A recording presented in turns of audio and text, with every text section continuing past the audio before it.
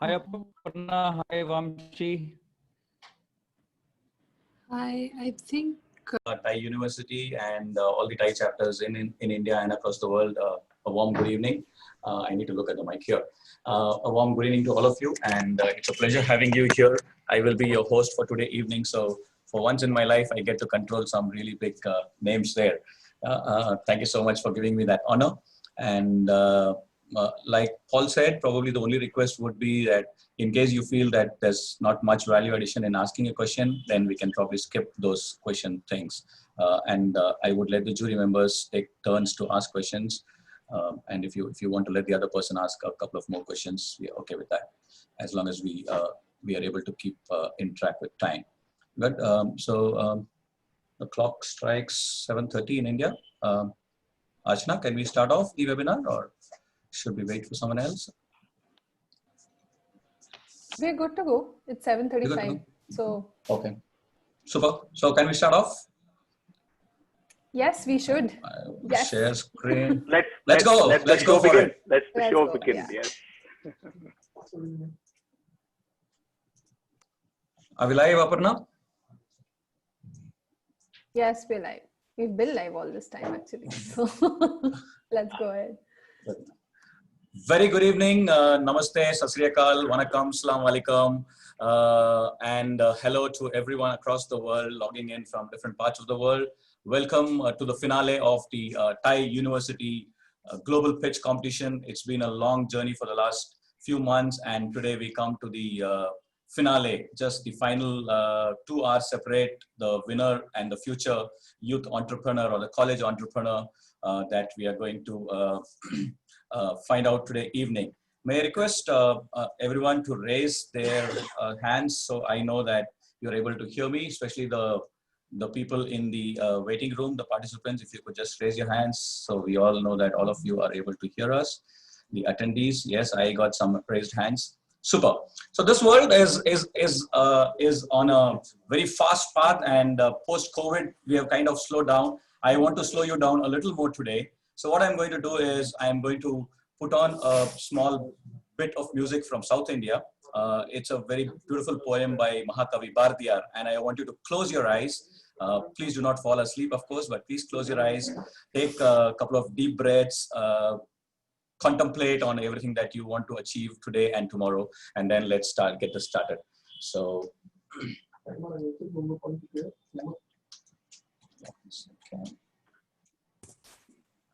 to share my audio.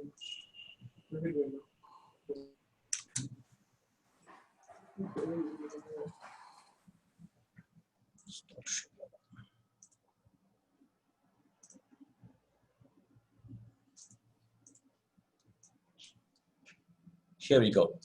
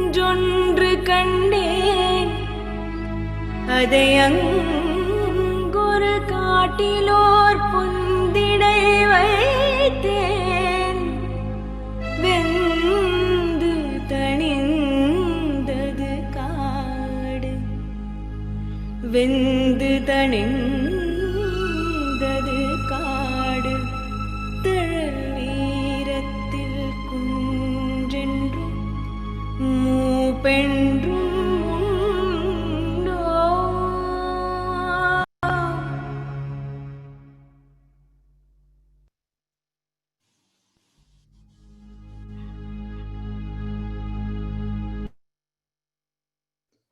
Pradeep, you're muted, sir.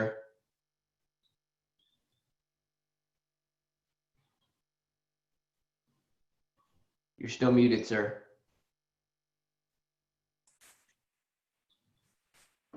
You're on mute. Unmute, yeah. So like it did yesterday with you, Amin, looks like Murphy's Law is working with me today. Yeah, cool. Good. So I hope. Super. Let's get the show started. So these lines are from a poet called Mahakavi Bhardiyar, who was a very patriotic poet way back in the 1930s. And what he writes in Tamil is that he took maybe in the context of people in California and the other side, this kind of a tough example for now, but I'm looking at it in the positive sense. He says, I take an ember, I go and put it deep in the hollow of a tree in the forest. And when I come back in the morning, the entire forest is flat. And that is the power of the spark of an idea, and that is the power of youth. So today we are here to ignite that ember, to put that ember deep in forest. So all of you sitting there in the attendees list, those young entrepreneurs and your friends and colleagues who want to be future entrepreneurs, what we look at you is a spark that will change this entire world in the coming years and make the world a much better place. So it's now time to have a small recap with what we have been doing for the last few months. So I present to you a small video of the journey that this bandwagon has taken in the last few months. Here we go.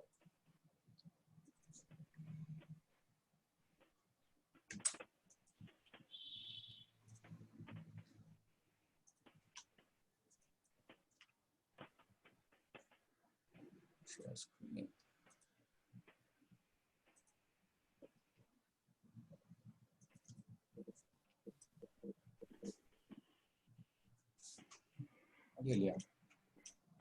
It's on mute actually. What's wrong today?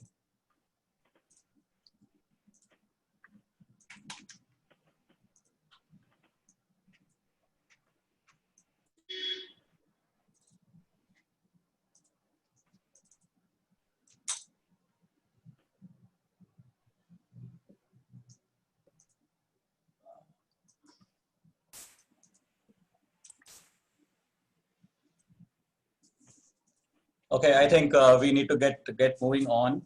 So I'll stop my screen share and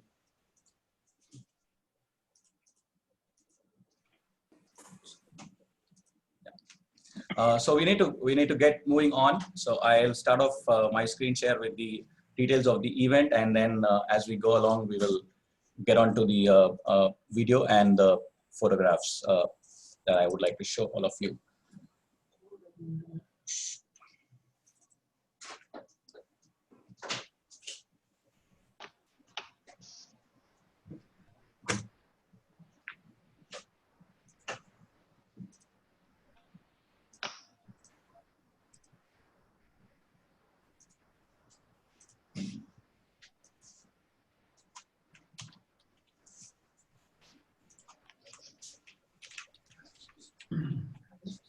So the journey has crossed 13 teams from 5 different countries. We have had over 1,000+ audiences across the different events and the different competitions that we have had, the jury and the members and people who have been as part of the journey.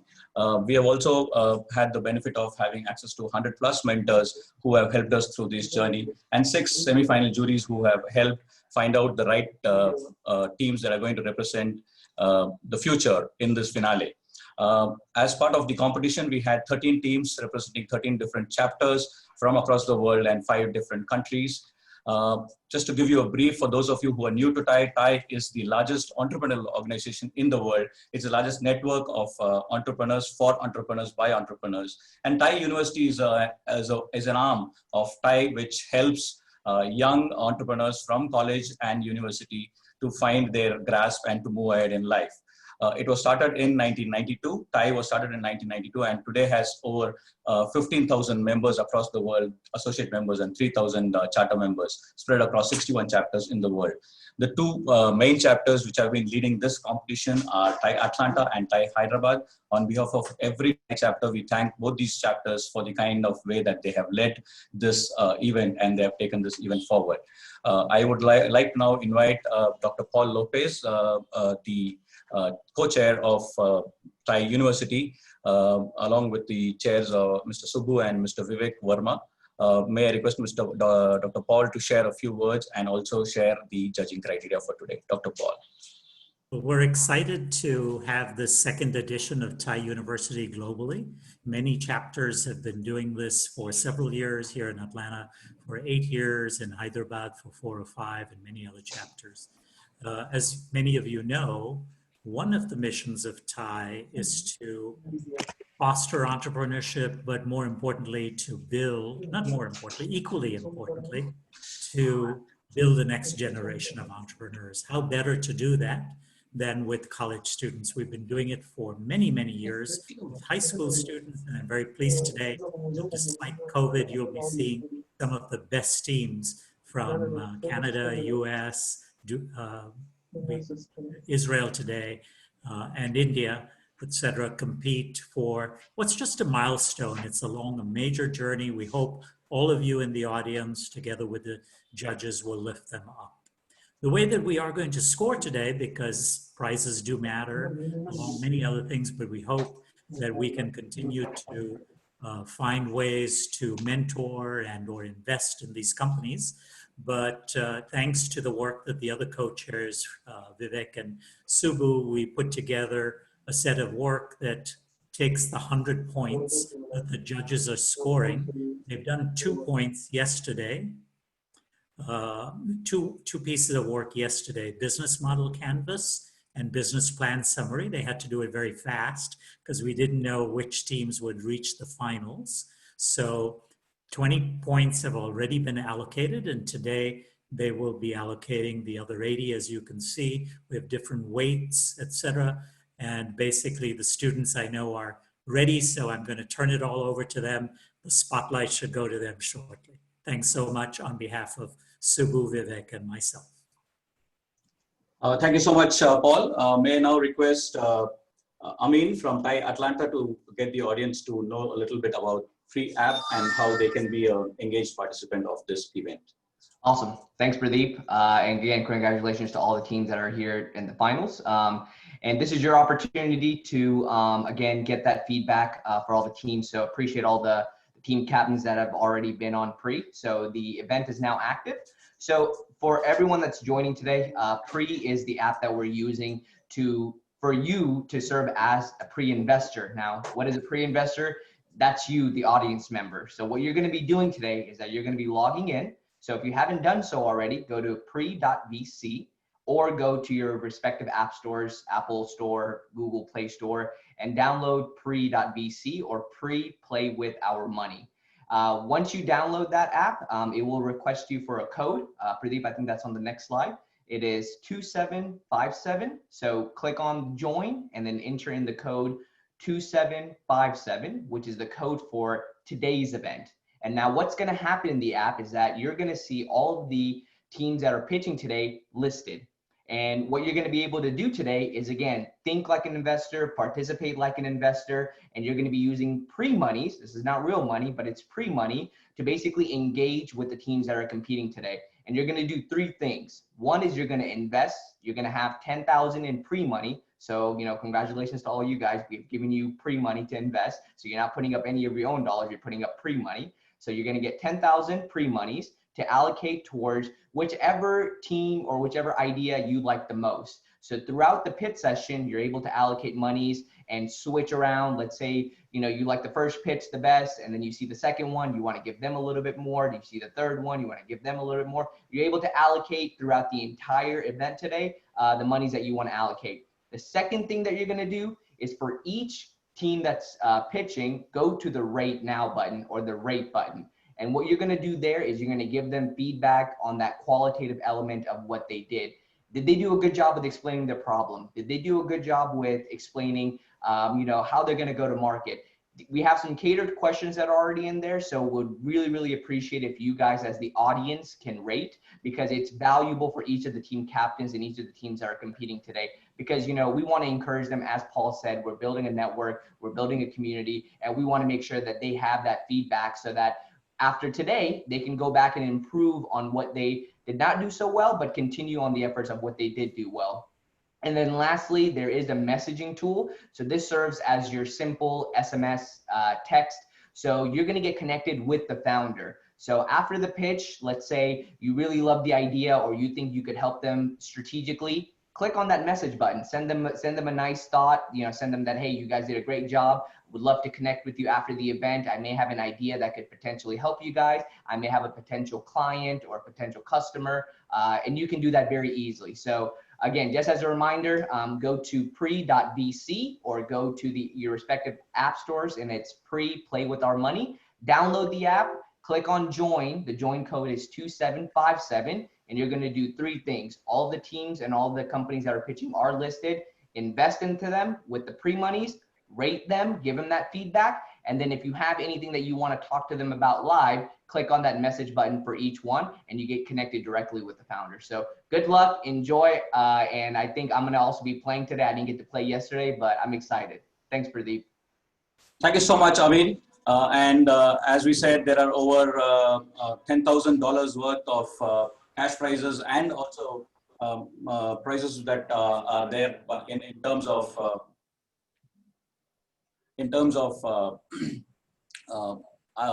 products and in-kind prizes from our great sponsors. So let's begin. As Paul said, today the format is that we'll have 10 minutes of live presentation and 5 minutes of jury Q&A. At the end of 10 minutes, we will ring us. At the end of 9 minutes, we will ring a small bell for the team to know. And at 10 minutes, you will close your pitch, and the jury will be open to questions. So, like I said, the pitching order today is team number 1 that goes to pitch is Aruga Technologies, then Ambi, Clean Electric, Volant, Airmore, Aerodyne, and finally LSK. So, teams, are you all geared up? On your marks. Let's begin with the first team. Are you ready? Can Vamsi bring them into the hall, into the venue, and they can start. So we have Aruga Technologies, who are taking an arterial route, so to say, to entrepreneurial success, literally. Jury members, please note this is Team Aruga Technologies from TiE Pittsburgh, representing Carnegie Mellon University, Pennsylvania, USA. Thank you, Pradeep. Joe, can you quickly check your audio? Yes, can you all hear me? Yep, loud and clear. Excellent. And I just want to make sure that you all can see my screen. Can you bring that up on a slideshow?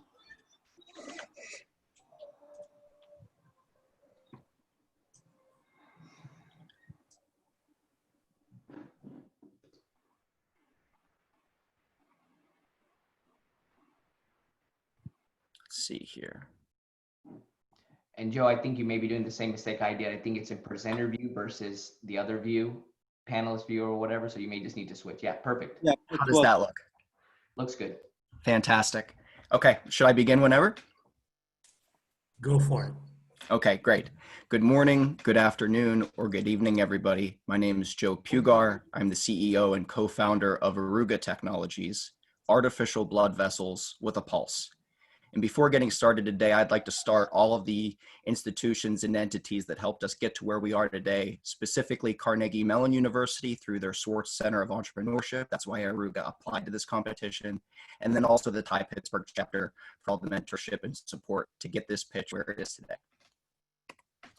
So a brief introduction to the company. Aruga is a medical device startup seeking to redefine the vascular graft market for cardiovascular bypass implants.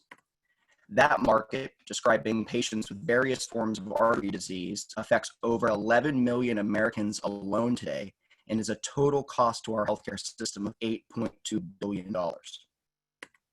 Our team, built from material science engineers, vascular surgery clinicians, and life sciences entrepreneurs and business professionals, draw from our own personal experience with this unmet need of a lack of high-performance vascular implants in operating rooms today to support Aruga's design moving forward for a new implant. That implant, our solution, is patented and inspired by nature, or is biomimetic, and solves the biggest challenge in arterial implants today, a phenomena called thrombosis, the same way that nature does. And finally, our opportunity. We're in the midst of raising a $2 million seed round to complete preclinical testing of our implant device and perform a chronic animal study. This will have efficacious type data come out of that animal study, which we will use to support the regulatory approval of the device and also show to Series A investors that would support a clinical trial. So the challenge, I mentioned thrombosis on the previous slide, but in layman's terms, it's arteries failing due to diseases like coronary artery disease, peripheral artery disease, and even end-stage renal disease for patients with hemodialysis. And as I mentioned on the previous slide, this affects millions of Americans, millions more around the globe, and is costing billions of dollars to treat. In just the two images we have shown on the slide here, we have the coronary example in which you can see the arteries wrapping around the heart are occluded and diseased. And this is because platelets and other proteins that are flowing throughout our bloodstream are stacking on the inside walls of our arteries and ultimately occluding blood flow. This is because of high-fat diets, diabetes, arterial disease, those types of conditions. In a similar instance, but now in the patient's arm in the peripheral setting, is the image on the right, in which you can see from outside of the skin the serious occlusion because of the restriction of blood flow. So when these arteries fail for these different patient populations, surgeons have limited options and really no good solutions. The three medical indications that I mentioned on the previous slide are in the row here: CAD, PAD, and end-stage renal disease. And the different solutions the vascular surgeons have are in the columns. Autografts, which is vein harvested from elsewhere inside the patient that would be used to bypass the disease vessel, of course requires multiple surgeries and is very expensive.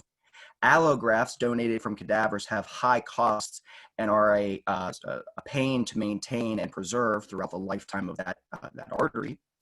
Artificial grafts, engineered plastic, which is the category Aruga falls in, suffer from a phenomena called thrombosis, in which the platelets and the proteins actually find an attraction towards synthetic plastic material. So using a synthetic artery reintroduces the same problem, and they tend to fail as well. And then also, though stenting has come a long way in the past couple decades, it is still a poor long-term solution and is still considered today as a damage control replacement rather than an indefinite replacement of the artery that was diseased. So at Aruga, we asked a simple question: what if there was a solution that had the convenience of an off-the-shelf prosthetic synthetic graft, but the performance of an artery that we're born with? So we asked nature how it solves this problem. And what we were studying at the University of Pittsburgh back in 2015-16 is that the arteries that we're born with don't remain smooth every time our heart beats. The images you can see on the left here in black and white actually show our arteries between low and high blood pressure. At low blood pressure, or diastole, beautiful topographic wrinkles form on the inside of our arterial walls.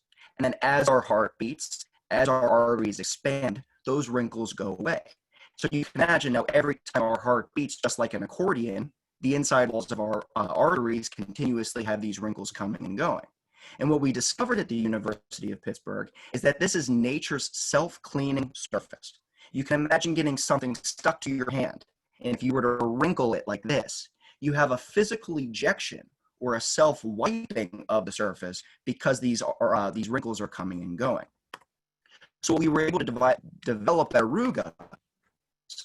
What we were able to develop at Aruga was the ability to use material science to incorporate this ability into synthetic materials. We could build a surface that undergo the same topographic transitions, thus being able to clean themselves. So we immediately wanted to start working to show that this would be a nice design or an effective performance increasing design and material implants, making them last longer because they are more resistant to platelet protein buildup. And what we were able to do through various academic publications in Nature and Biomaterials and a few others in vascular surgery journals was that we had an 88% reduction in platelets adhered to the surface when we used our dynamic wrinkling surface versus the static smooth surfaces that are in implants that are in operating rooms around the world today. We furthered our proof of concept by doing acute non-survival animal studies, and it started to generate intellectual property around the design and the function of our new novel implants. In addition to that, we have an exclusive license with the University of Pittsburgh over this technology, and we're rolling out all this portfolio, trademark, know-how, and also trade secrets over the design and function of this.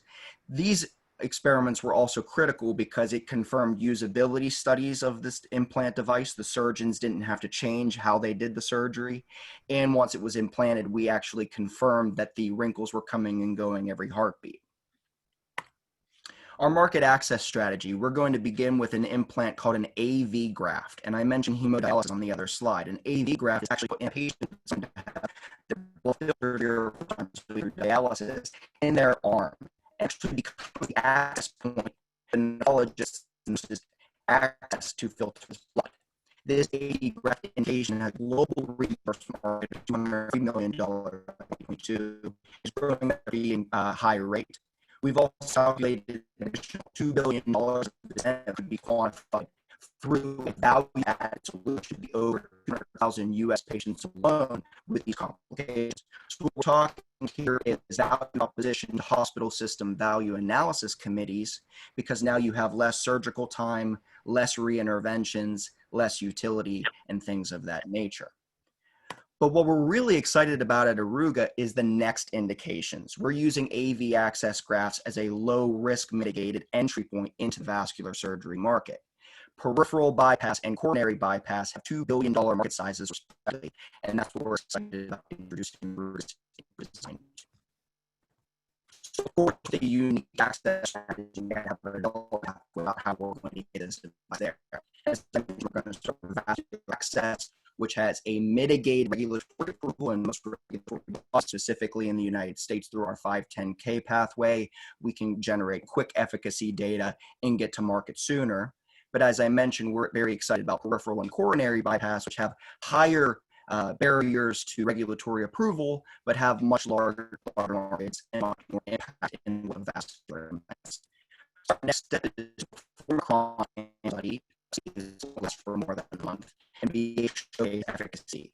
We've already started to have discussions with strategic potential partners and acquirers and set value point milestones with them. The progress we've achieved today is a non-dilutive fund for the to take a few convertible notes. And our MVP manufacturing is being done with a OEM here in the United States that we're very happy to move forward with. And finally, the founding team. I already introduced myself. I come from an engineering background.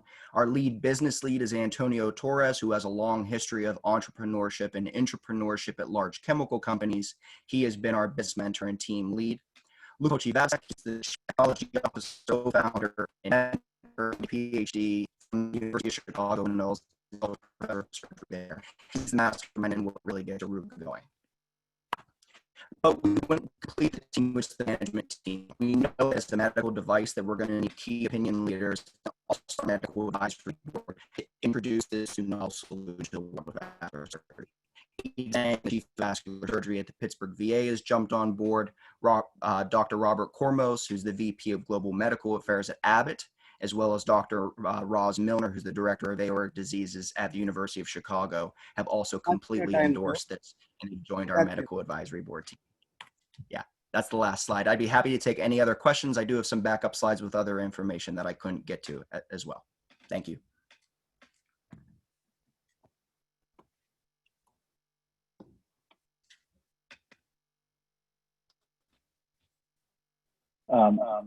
Hi, Joe. This is Kumar. Hi, Kumar. So, can you to elaborate, have you done any trials yet, or are you going to be doing trials? Yeah, so we are going to be doing trials. As of right now, the only experiments we have done have been in animals for short periods of time. So this is more or less to make sure that our surgeons, the members I just actually introduced on our medical advisory boards with one of our current prototypes, can do the surgery, that it's done in the same way, and that once the implant's in there, it's functioning as designed. But now as the next step, it's time to actually do chronic animal studies so that we can showcase the efficacy, the prolonged duration, and the performance of the device in an animal study that goes more than just a few hours. That's our next step. So, and what are the results from the animal studies revealed so far? That what we are engineering in terms of an additional performance is the case. We've done a lot of in vitro stuff on the lab bench that we've been able to showcase the high numbers in the prolonged duration of the surface without thrombosis. Now, the acute animal studies do not actually give hard data to support that, but that's why we go to the chronic animal study. And that really, in the mind of a lot of the strategic players, the large companies that work in this space, potential licensees, acquirers, have all told us that's our next value inflection point. Come back with efficacy data after the 1-month animal trial. And that's when this turns from science project to very, very interesting design approach to license. Okay. But so your MVP would actually extend a lot more when you start doing clinical trials on humans, or right? Correct. Yeah, So it's a very iterative approach. How much are you trying to raise? $2 million right now. Okay, and that'll last you how long? For the next 1.5 years of doing all the animal studies we need that we follow in line with the comparables in the market in terms of the animal studies they did to showcase efficacy in their devices. That gets us to the point of human clinical trials. I'm going to help just move. FDA approvals as well? I'm sorry, can you say that again? FDA? Yes. Okay. That is the plan right now. I don't know where Pradeep is. He's supposed to move stuff around, but instead of letting multiple questions, I'm going to ask Priya to go next. Sure. Yeah, okay. Hey, Joe. Great presentation. I know we missed out a bit just on the Wi-Fi, which I'm sure they're going to address it. But question for you, when you talked about competitive analysis, you said currently there are 4 options that folks are using. If you can help us clarify, what are folks using out of the 4? Which one is most used and why?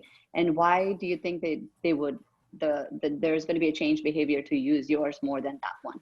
Absolutely. So the standard of care, if it's available, is harvesting vein. So I can actually, can you guys still see my slides? Not yet. You let me share my screen again. But you can keep talking while pulling them up. Great. Yeah. So do you guys see the competitive landscapes? Perfect. We can. Yeah. So autografts, which is harvesting vein from elsewhere in the patient, that is the standard of care and will be for the foreseeable future. Because realistically speaking, our own native vein works better than any engineered plastic. However, unfortunately, for large populations of patients with these type of conditions, the veins that they have elsewhere aren't in great shape either. And that's where the synthetic arterial implants are used. So as we're starting to see greater and greater populations of people in their 70s, 80s that need these types of surgeries living longer, you want longer lasting replacements. So we're seeing this paradigm shift actually in cardiovascular surgery, where there is really a need for a longer lasting, more performance enabled synthetic arterial implant, because we want to start shifting these patient populations from using more damage control type harvesting to now more permanent prosthetic implants. Dharti, you Thank want to you. go next?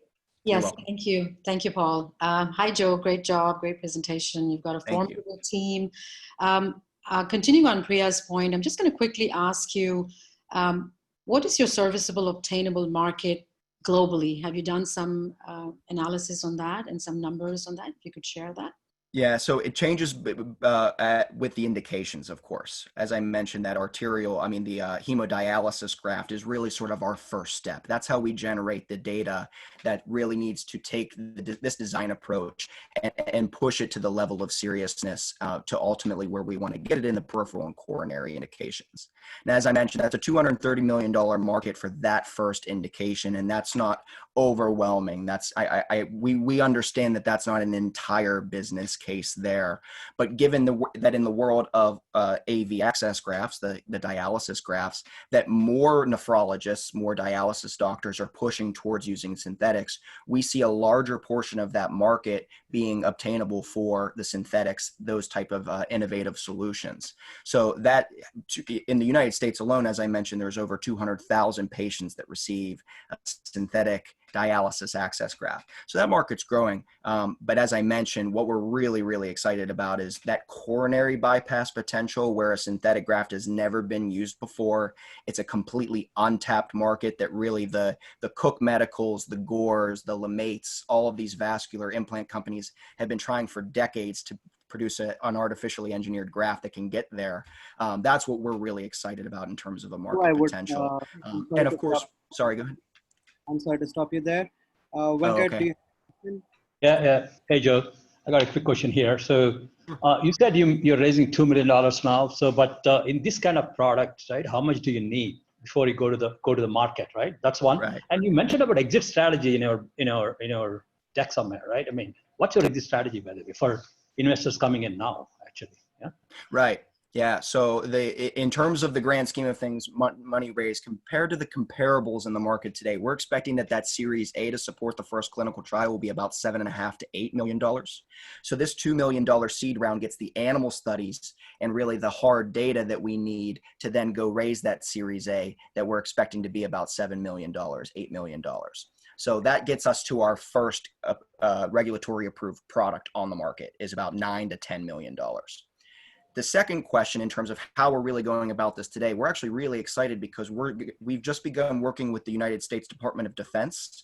There is a regulatory and medical hospital. We have 1 minute left for you, so can you answer Sure. this? I can wrap it up.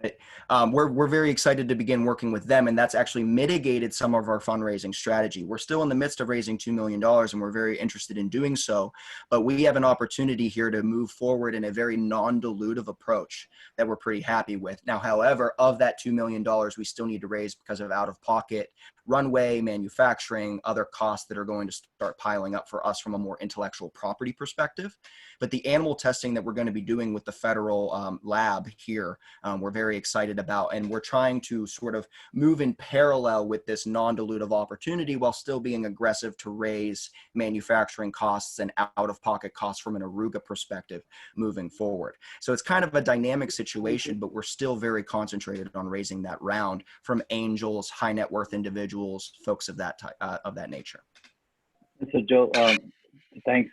A great presentation, great problem. Hope your solution works real great. And just taking a lead of Venkat, what Venkat said, you need to manage your funds really well. That's my advice, is because this could, you don't want to get to a point where all your trials can't get completed with a lack of money. So I want you to go ahead and plan that really well so that you can get through this and get an effective solution. But a great job, by the way. Keep it up. Appreciate it. Thank you all. Thank you. Aruga, and may I request all the teams to keep your answers as concise as possible, and the jury members, we would also request you to probably keep any connects for later on as well in case you need to give them some inputs. Your time for scoring starts now. May I request my colleague Gordon to keep a watch on the scoring and text me when the scorings are done. And I think solved Murphy's problem here. We have the video here. As the jury gets into scoring mode, we will get into this video. So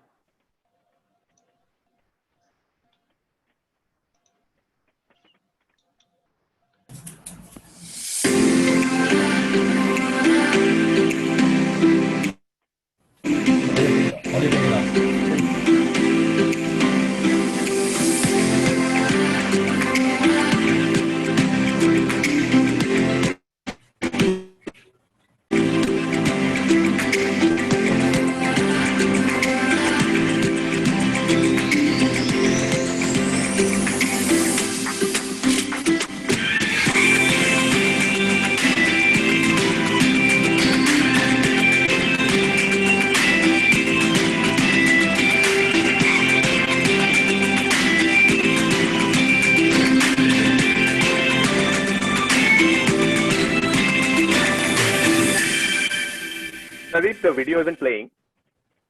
Only the music was playing, is it? Just a second. Yeah. Gordon, can you let me know if the jury have scored?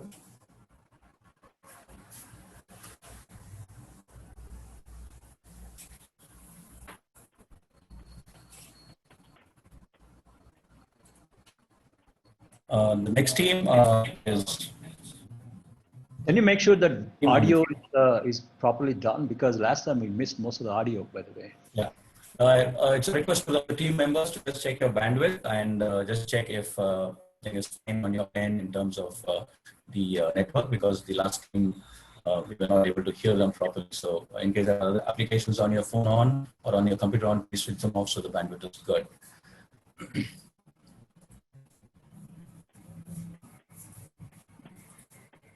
Pradeep, can you announce the next team, please? Yeah, the next team is Team Ambi from representing TiE Silicon Valley, San Jose University, California, USA.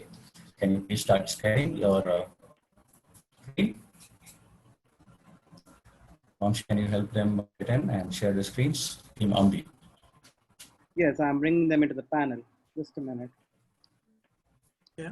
Why don't we use this a few seconds? Amin, is there anything you want to cover for the audience in terms of using pre, and as you can monitor it, so we have audience engagement as well? Yeah, absolutely. So as mentioned, you in the audience room are participating as a pre-investor. So someone that is going to be able to give them feedback, connect with them on that messaging tool. But also, you've been given pre-money. So you've been given $10,000. So this was just the first team that just went up, and now we're going to have Ambi come up second. So after when the pitch is concluded, make sure that you guys rate the team, also allocate your pre-monies to whichever one of the two you like the best the most. But again, you're going to be doing that the entire session today. So we have a total of 7 teams that are going to pitch, and all of them will be listed. So be mindful of looking at the team name and allocating it properly.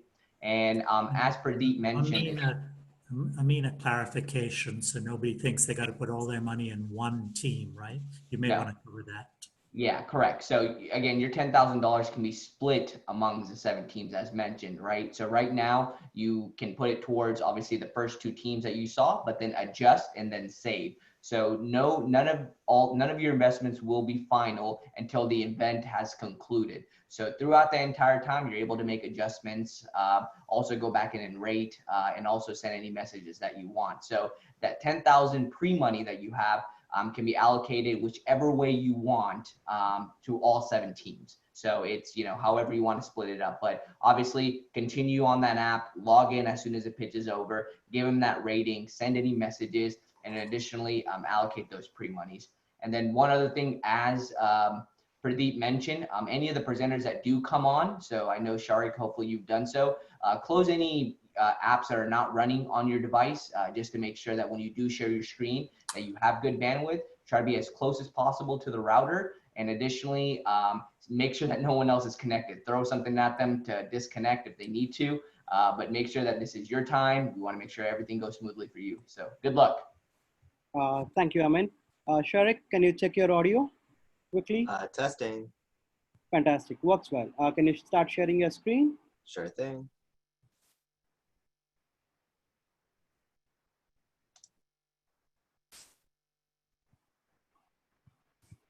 Okay, can you bring it up on full slide? Looks good. Fantastic. Jury, once you're ready, just let me know. We shall start the presentation. Go ahead. Okay. All right. Hello from cloudy California today. I'm Sharik. I wrote software that powers music recommendations for Apple and Amazon Music, led a project at NASA, and currently run the startup program at San Jose State University. As a startup, we've won multiple competitions and graduated from Universal Music Group's Startup Accelerator program. Ambi is an in-store audio platform that lets businesses legally play music and messaging in their stores. We collect business data and use AI to deliver audio that lifts sales. We're the only platform on the market that's free. We monetize through in-store audio apps. Today, All processes associated with running a small business integrate into point-of-sale systems, letting business data inform intelligent decisions. This does not happen with in-store audio, though. By today's standards, current solutions are simply glorified collections of playlists. They were launched over a decade ago. They're out of date, hard to use, charge expensive setup, hardware, and subscription fees. As you can see by their ratings, people are just not happy with them. And as a result, 82% of businesses illegally stream unlicensed music through personal Spotify and Pandora accounts. They would rather risk fines than pay for the outdated technology that is on the market. Ambi promises to be free forever. We offer hundreds of playlists curated just for businesses and features that enable hyper-customization of their in-store ambiance. All of this accessible from any desktop or mobile device. Now, most of these features are offered by our competitors, but we take it one step further. Smart point-of-sale systems like Square lets us easily collect business data like sales, inventory, and transactions. We combine this data with music and messaging that lifts sales for the business. Data-driven music can slow down customers enough to order another drink or add another item to their cart. By playing the right promotions, we can nudge customers to make higher value transactions. The data we collect is also used to let our brand partners target and localize their ads in our network of stores. A study done by HUI tracked 2 million transactions and found that the right music was able to increase sales by over 9%. Other studies have shown that playing classical music increases wine sales, faster music increases table turnover in restaurants, and playing top 100s has a chance to hurt your sales. These studies had to be done on a case-by-case basis, but Ambi, using technology, does this at scale. A business that doesn't give us any data would get us about $20 per store per month through untargeted apps. Stores that give us data would let us make 2 to 3 times more. If a business doesn't want ads in their store, they can simply switch to a subscription for an ad-free version of our product. Well, in terms of the market opportunity, by enabling advertisers and unlocking a new marketing channel for brands, we're directly adding at least $3 billion of new value into the existing $1 billion subscription-centric market. Now, you must be asking, Sharik, how can you afford a free tier when competitors can't? Well, music streaming used to be unreliable and would stutter when many of our competitors were launched. This required hardware like this, which downloaded audio into the device and played it offline, which requires direct deals with record labels. For this license, they demand 70% of our revenue. We have eliminated the box and followed some regulations to qualify as internet radio, which demands 13% of our revenue. This lets us cut our costs enough to have a free tier. We have built far past our MVP and built a product that is comparable to others on the market. We have secured the same music tech that I worked on at Gracenote, brought on advertisers, and have found a lead investor. Now, we are hard at work trying to sell by making cold calls, walking into stores, launching email campaigns, and forging channel partnerships. We have struggled, and we've stumbled quite a lot, but I'm happy to tell you that last month, something finally clicked, and we've been doubling our weekly acquisition week over week. My partner Jake and I have been building products together for over 7 years. We even made a not so good video game one time. He has years of experience building software for startups and was an early lead engineer at ClearNow, a startup that just raised their Series A. We have surrounded ourselves with an incredible advisory board, which consists of the founding CTO of one of our biggest competitors, Cloud Cover Music.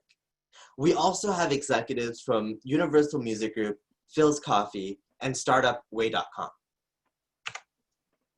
We currently have $400,000 committed out of our $500,000 pre-seed round. We're seeking co-investors and plan to close the round by the end of the year. This round lets us operate for 24 months on an incredibly low burn during COVID. During this time, we build, iterate, and sell. This will prepare us to be perfectly positioned to acquire customers as businesses start reopening as COVID winds down. By the end of the 24 months, we will have 2,000 locations and hit $25,000 in monthly recurring revenue, positioning us for our seed round. If you're interested in getting involved, feel free to reach out to me at sharik@ambi.io. More than happy to answer any questions that you might have now. Thank you. Fantastic. Jury, you got 8 minutes altogether for the Q&A. Great job, Sharik. Thank you. Fantastic. Could you tell us a little more about your exit strategy? One, and two, have you thought about going after the non-retail space as well? Sure. Let's talk about exit first. Okay, so this space is rampant with acquisitions, and startups get acquired just based on their customer base alone. So as we start forging forward, every single customer that we acquire increases our value. And if a competitor wants to compete, generally what they do in this industry is they just purchase the startup, because that's how they get customers, because that's one of the hardest parts of acquiring. That's one of the hardest parts of our industry. The fact that we're free and we're the only platform on the market that has a free tier makes this significantly easier for us, which makes us a very solid target for acquisition at any point in our business's journey. In terms of, sorry, it's very early. Can you remind me your question again? On brick and mortar presence. Yes. So you say retail, yes. But from what I understand, we don't offer just a service to retail. We offer services to any brick and mortar. This does include retail, but it also includes restaurants, bars, cafes, lounges. One of our main users is a beauty salon. Another one of our main users is a bridal shop. So we have a huge amount of different varieties of businesses that are using us, not just retail. And the retail businesses that are shutting down, the restaurants that are shutting down, will eventually need to be replaced by better businesses that you take advantage of technology, that want to cut their costs and want to maximize their customer value, which puts us completely in line with their needs as COVID winds down. Thank you. Thank you. Hey, Sharik. Hello. Hey, this is Priya. Great presentation and love your style. You mentioned about 82% of folks have the risk of, being fined, and they're still continuing to use. So can you kind of clarify what is the financial risk that they're taking by streaming those services, and why would they change the behavior to use you guys instead? Totally. So there are lawsuits on a regular basis, and when a small business does get taken to court or does get litigated against, they don't win. They have like a 100% win rate with these lawsuits when they do decide to go to court. Generally, when these businesses get taken to court, they get fined anywhere between $50,000 to $200,000. And many times it's enough to cripple the business, enough to end that business. And generally, these are mom and pop shops, and this is their main source of income. Thank you. Thank you. Hey, Sharik. This is Venkat. Hey there. So I see that you're planning to make around $15 million in year 3. So what part of that would be free versus paid customers actually? And second part of that is, apart from not having ads, anything else? What is the value prop proposition for the paying customers, actually. I couldn't get that part. Totally. So our revenue model will shift as we discover our customers better and understand our customers better. Obviously, we're incredibly early stage, so things are all up in the air. Right now, from what we've surveyed, around 25% of businesses are more interested in the subscription model. That's going to shift as we launch our more advanced features. For example, like the AI to increase sales. That's part of that is going to be gated behind additional like paywalls. We're building in-store promotions, smart in-store promotions. That's also going to be behind a paywall. And we're considering a couple of different ways of acquiring money from these guys. We might do a pay-per-play sort of freemium service in which per service we charge a certain fee. It's still up in the air as we're discovering more users, but from what we've discovered so far, around 25% of businesses are interested in the features that we have to offer for our ad-free. It's not just ad-free, like even today, we have ad-free and in-store messaging. And like just that feature alone made businesses be like, okay, I'll pay. Sure, thank you. Thank you. Sharik, this is Kumar, and a lot of questions have been answered by my colleagues here, and great answers. I continue to be impressed as probably the second or third time I'm watching you. Good traction. And let me ask you a couple of tough questions here. Love it. And the first one is, what is the stickiness of the customers once they switch from the free mode to the sort of the paid model where you're starting to give some premium stuff? Have you seen any change in behavior once they start paying, or do they continue to be sticky? And if they're sticky, how much percent are sticky? Totally. So unfortunately, we have not even launched our paid model yet. Right now, our focus is on just acquiring these businesses and getting feedback and building these things out. In terms of stickiness, I believe that charging them will make them more sticky than an ad-free model. That's consistent across competitors in our industry as well. Once they start paying for the service, they stay on it for years. I thought you had some customers already. Maybe I'm wrong, but you do have it in some stores, don't you? We have businesses using it, but we have not launched our paid model, just only our ad-supported model today. Okay. So and the second question is, thank you. In your own words, you're actually tackling a lot of big gorillas, Pandora and all these guys. I mean, what would it take them to start giving you a challenge? And of course, the best option is to buy you out, but the second option is, what would they do, and how do you tackle that? Totally. There is a little bit of complexity here. As you can see on the slides, Pandora is in the market, but they are combined with Mood Media. And so this adds a little bit of friction as they try to pivot in the market. This adds quite a bit of friction. And on top of this, they also have record label deals that they're stuck in for quite some time. And so this limits how fast they can move, how fast they can position. And this, we're just talking about Pandora. It's the same across the board with Apple Music for Business, with Play Network. Soundtrack Your Brand is quite unique, as well as Cloud Cover Music. So in terms of Pandora and Apple, it's even harder. For platforms like Soundtrack and Cloud Cover Music, it will be definitely a bit easier for them. But at the same time, what I do know is that when the pandemic hit, they actually increased their prices by 5 to 10%. So that's not where their head's at right now. But there is always an opportunity for these guys to come into the market. Right. So that's that execution is the key here. Exactly. So one last one is, how much did CXO invest? And I believe CXO is your lead, right? And what are you raising?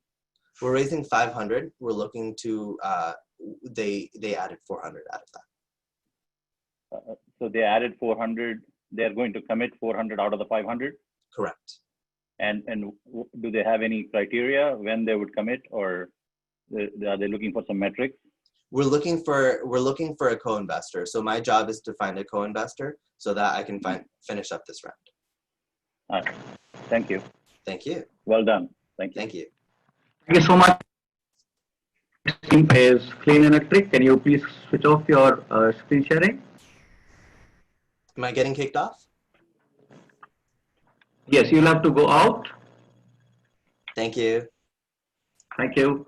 So the next team is Clean Electric. The team is making operating fleets with lithium-ion batteries look good, like child's play. Vamsi, can you please get them into the hall?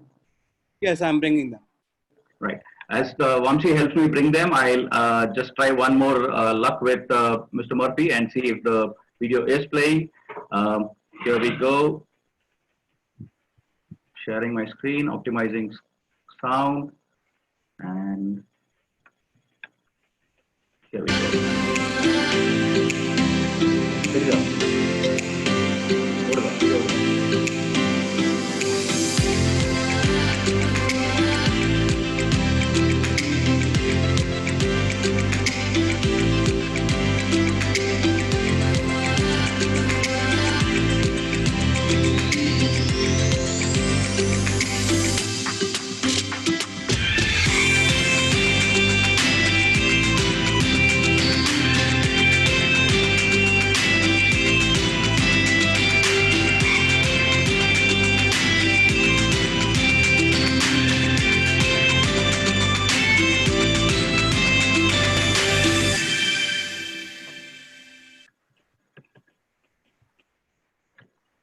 Thank you. I hope this time you got to see the video. Yes, we got it. Super. Is the team ready? Gordon, can you just let me know if the judges are done? In the meanwhile, I would like to take this opportunity to introduce our first jury. I use the word first just because we want ladies to go first.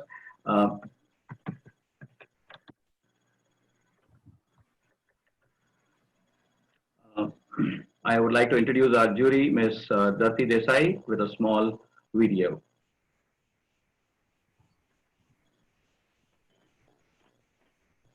With more than 20, Ms. Dharti Desai calls herself an accidental first-generation entrepreneur with more than 23 years of experience spanning wines, printing, packaging, and the lifestyle industry. Leveraging extensive experience in innovative marketing and global leadership, she has been a valuable asset for companies requiring expert assistance with revenue growth strategy, global expansion, US and Asian B2C markets, or CRM strategy. An investor in the Bodhi Capital Group, her broad areas of expertise include data segmentation, branding, digital communications, and imports. She is the president of TiE New York and vice chair for the Global TiE Women's Initiative. She is also a founder ambassador of her family's not-for-profit trust. The Animed Charitable Trust works for women's economic empowerment and for girl-child education in India. Ms. Desai has served as a jury member for the ECHO Awards of the DMA USA for 2017 and 18 and for the ANA for 2019. For 2 consecutive years, she was featured as one of the top 10 women of wine in India by the Indian Wine Academy. Ms. Dharti Desai is an early-stage investor in companies in the fashion, fintech, social media, hospitality, and healthcare spaces.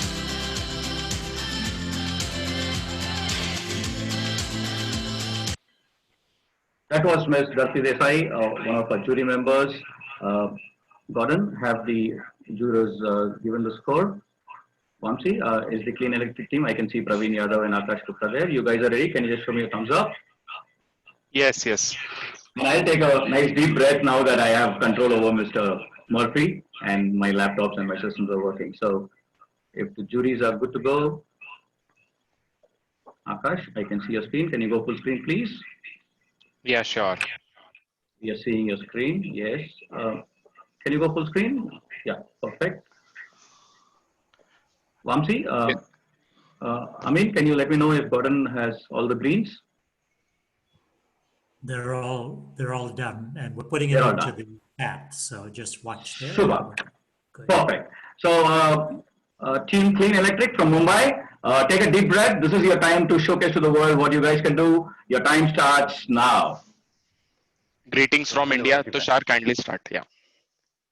Hello, everyone. We are a bunch of electric vehicles enthusiasts aiming to revolutionize the commercial vehicle segment with clean electricity as our weapon. Do you know that of the world's most polluted cities, 6 out of 10 are in India? To counter that problem, different companies are focusing on electrification of 2 and 3 wheelers. But if you look into the sources, the real problem lies on the commercial vehicle segment of the market.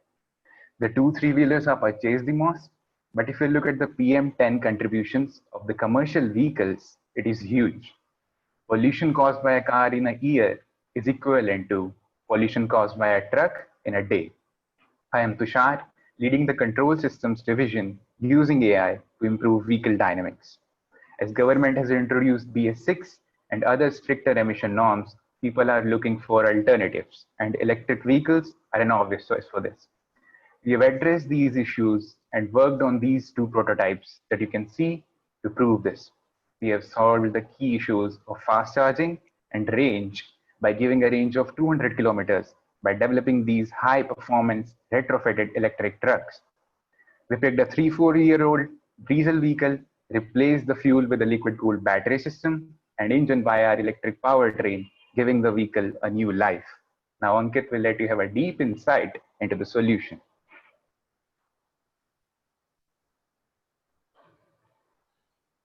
Ankit. Thank you, Tushar. So as Tushar explained, Clean Electric is having a fisheye focused on range autonomy and charging time. These 2 features are really very important features for mainstreaming the electrical vehicle. Some of the global players out there are really doing well in this segment. But if we see the domestic competitors, they are providing a overnight charging capabilities with a limited range up to 120 kilometers only. Clean Electric is based on 3 main pillars. First, the connected vehicle facilities. Second, active liquid cooling features, which enables fast charging within an hour and increase the battery life up to 8 years, which is a double of single battery. Third, very important, modular and scalable architecture, which enables us to extend the range of the vehicle up to 400 kilometers based on the customer's requirement by just adding few more modules in series parallel arrangement by keeping all the electrical components same. This modular architecture can be catered for less than 2-ton vehicles, as well as this technology can be used up to 12-ton vehicles. Our market entry strategy is initially we are providing the full retrofitted solution. So by this solution, once we prove our driveline component and mature this technology in Indian harsh weather conditions, then we will move to second generation, which is a ground-up vehicle. By clubbing this ground-up vehicle and our electrical driveline component together, we can utilize the actual potential of an electrical vehicle, and we can bring 30% additional cargo space with our ground-up vehicle, which increases the fleet owners' revenue and truck drivers' revenue. Now, Akash will let you to business model. Thank you, Ankit. So our 2 major sources of revenue is from the vehicle leasing and selling business, as well as the refueling infrastructure business. So both the businesses are giving decent return on equity in excess of 30%, and every unit get into our electric trucks also give us the money. So it is like selling printer and ink side by side to have a stable cash flows. With falling battery prices and integration of solar energy into our charging station, our key business metrics continues to improve. So if you look at our initial customer profile, so our initial focus is the e-commerce players, as they have already announced their 100% electrification plan by 2030, and these third-party logistics players will enable that. The recent thing which has came up in India is the cleaning of all the cities, which require 500 small trucks to collect garbage from all the homes. And we are in talk with Bhopal Municipal Corporation to electrify 5 of their vehicles next year with our retrofitted kit. So if you look at the overall commercial vehicle landscape in India, every year 1 million commercial vehicles are getting sold. Our focus is on the light commercial vehicle, the entire range with our modular architecture, which is close to 60% of the overall market and is having a sales revenue of $6 billion US. With falling battery prices and advancement in lithium-ion battery technology has made electric vehicle a reality today. Today, an electric vehicle gives you a lower cost if you compare a total cost of ownership over a period of 5 years with a conservative estimates and no central or state government subsidies. You are able to save 24% of the total cost across the vehicle segment, starting from 2-ton vehicle to all the way up to 16-ton vehicle. And this is the reason why the businesses will switch to the electric vehicle fleet, the value which we are providing in the total cost saving. So if you look at our initial go-to-market strategy, we are in advanced discussion with Godrej and Indane to electrify their initial route between Bhopal to Indore, which is close to 200 kilometers apart. So they need trucks to transport gas cylinder from one city to another city and to transport white goods from their central warehouse to the nearby city. What we'll do, we'll put a charging station in source city as well as the destination city, and we will put a solar rooftop on their warehouses to enable them with and charging them with a clean electricity. Once we had electrified these routes, we will go to different routes step by step and hence cover other states which are having favorable electric vehicle policy. In this manner, we will be able to solve this chicken egg problem of what comes first, charging infrastructure or electric vehicle, by providing both simultaneously. So the team has done awesome work by developing 2 prototypes, which we have rigorously tested on Indian roads for mileage, charging time, and all the critical parameters. We are in process of getting the vehicle approved by the Indian Homologation Agency to be able for us to start the pilot production next year. We had invested close to 75,000 US dollar to develop the beta prototype, and we are looking to raise 1.3 million US dollar to homologate both the trucks, which is the intracity and the intercity, and we'll start the pilot production at our 5-acre land parcel, which we have in Bhopal for battery manufacturing and the assembly of the electric trucks. This is a short video of both the vehicles running real time. Clean Electric, a startup from IIT BHU in Varanasi, aims to solve the problem of last-mile connectivity and enable faster adoption of electric vehicles in India with their electric powertrain solutions to increase the range of light transport vehicles. So this vehicle has a 10 kilowatt motor. That's a BLDC motor, so it has good amount of torque. It provides double the pickup as normal internal combustion engine vehicle. So as you can see these 2 prototypes, apart from this, our team is deeply engaged into automobiles since our second year, way back in 2014. And we have represented India in international and national events and bring laurels to the country. Last year, we participated in a clean tech entrepreneurship event at IIT Madras, where we had came first. So we have a right team to develop this technology. We had already demonstrated 2 prototypes which are working fine. Our team is having 3 years of industry experience in the core automotive, the electric vehicle technology, and in the power sector of the Indian industry to solve this problem. If you look at our financial projections, so our both the businesses, the vehicle business as well as the charging infrastructure business, are giving decent return on equity in excess of 30%, and we will be clocking $1 billion in revenue in year 2032 with a cash profit margin, which is profit after tax, in year 2033, which is close to $200 million, which is 14-15% of the overall revenue. So dear investors and all the TiE members, so here we all need your support to execute our vision of fueling mobility with clean electricity and enable fresh and breathable roads to every citizen of the country.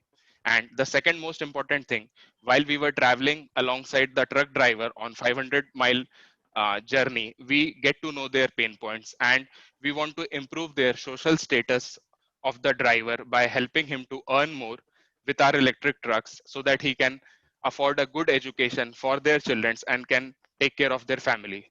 And this is the reason why we exist, to serve our customer, which is the fleet operator, and to serve our drivers, which is the end user. Thank you. We look forward for your support. Thank you, Team Clean Electric. You finished 45 seconds ahead of time. So, jury, they are all yours, and you have 5.5 minutes to ask them questions. Hey, Akash, this is Venkat.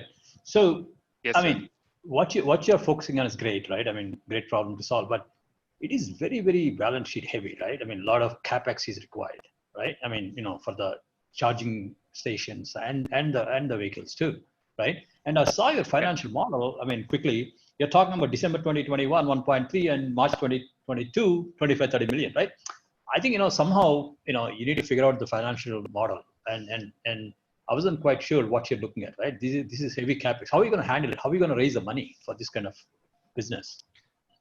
So great question, Mr. Venkat. So we have reduced the risk of everybody by not building the everything. Like, we are not building the complete vehicle. We are building the key components, which are the heart and soul of electric vehicle, which is only the state of the art battery pack with the liquid cool technology and the electrical architecture of the entire system. So it does not require us a very heavy capex of billions of dollars. So we will be actually needing complete $80 million in the next 5 years to scale our manufacturing facility to build 8 different products launching every 6 months, because we have a modular architecture, so we don't have to redo the engineering every time, and we have a lot of common components which saves the overall cost. So once we will prove ourselves in the phase 1 with our retrofitted kits, like 7 million of the vehicles in India are more than 7 years old, and that is the market we are going after. And if we prove our powertrain and the key components and we are able to gain the trust of our customer, then the second phase is going to be the ground up architecture, which requires heavy capex. But till that time, we had the trust in place to build that sustainable business going forward. And charging infrastructure business pay for itself, sir, because the payback time of a charging point is 2 years, and that is a easily bankable project. I can explain you the exact numbers if you wish. Sure. Yeah, thank you. Appreciate it. Yeah. Thank you, sir.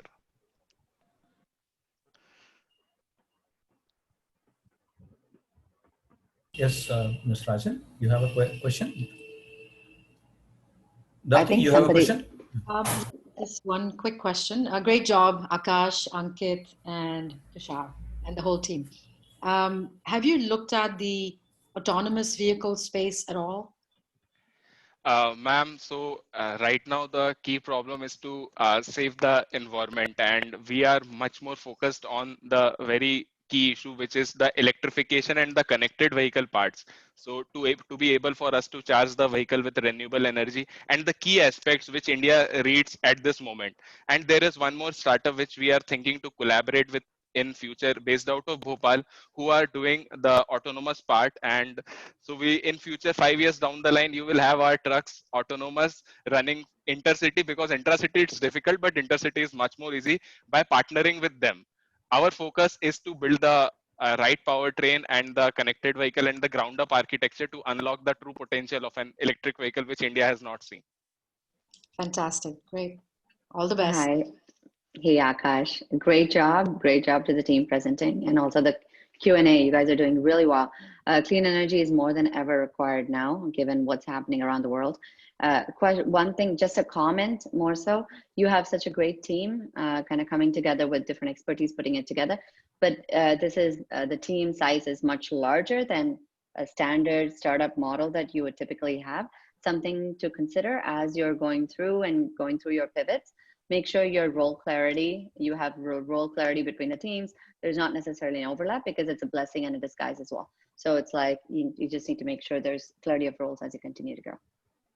Yes, ma'am. Ma'am, our team is having complementary experience, and everyone is owning a part. And this 10-member team which we are having is much small.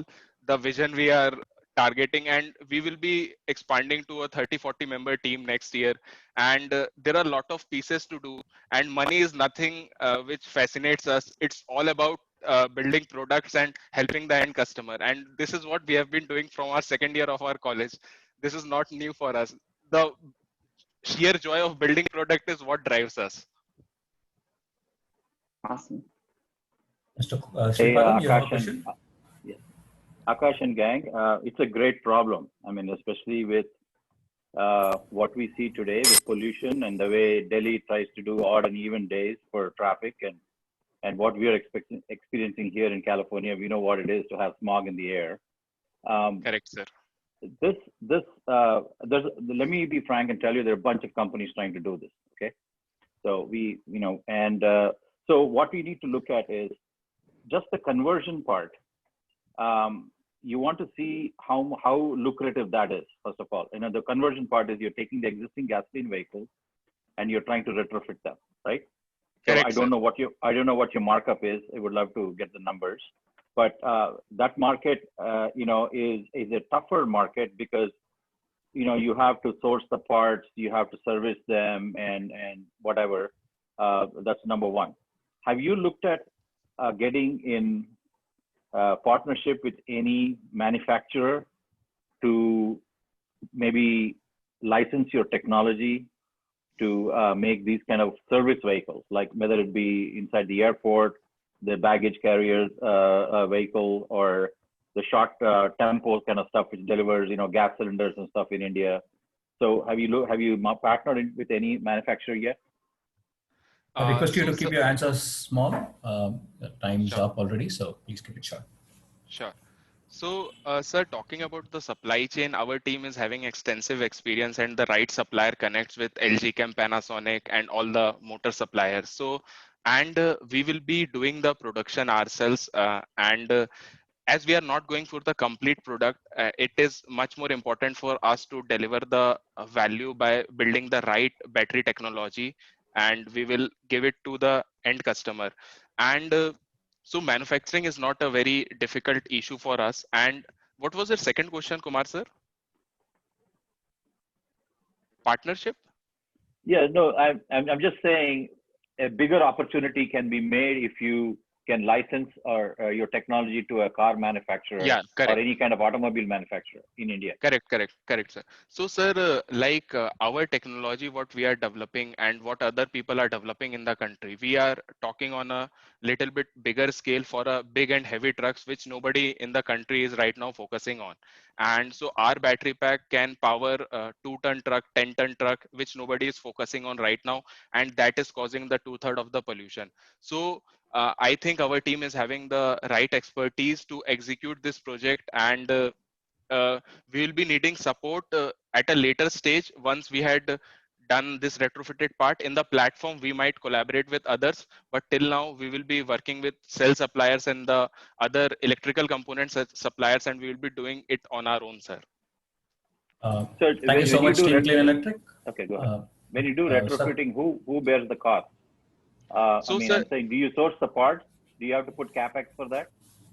So, sir, there is a 2-month process to get the input raw material and to churn out into a product. So that cost will have to be with us, and then we will be selling the product to a B2B business like DMart, Reliance Retail, or a Flipkart Logistics, some eCart.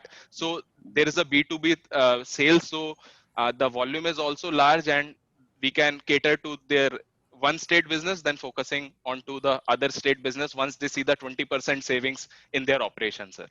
Okay, thank you. Thank you so much, Clean Electric. I'll have to cut you short there. Thank you so much, jury members. You can go. Thank you, everyone, so much, and Clean greetings Electric. from India. Yeah.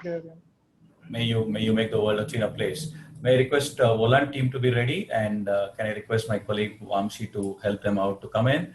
In the meanwhile, I would like to introduce our next jury. You have been hearing her. Now let's get to know her a little better.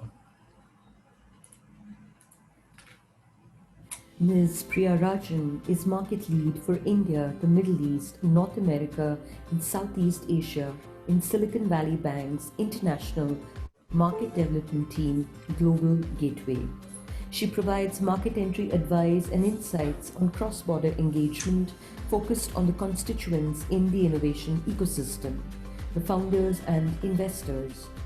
Prior to Global Gateway, Ms. Rajan was a director in the early stage practice where she led university programs and SVB Trek for student entrepreneurs, leading to partnerships with Dorm Room Fund, The House Fund, Stanford Venture Studio, and Rough Draft Ventures. She works closely with community leaders, including Change Catalyst, Kapoor Capital, and YC Female Founders. Ms. Rajan is a charter member at TiE Silicon Valley, the largest among the more than 60 global chapters. She is a co-chair of Founders and Funders Committee at NATRI, an organization committed to advance a global community of South Asian professional women of all backgrounds and experience.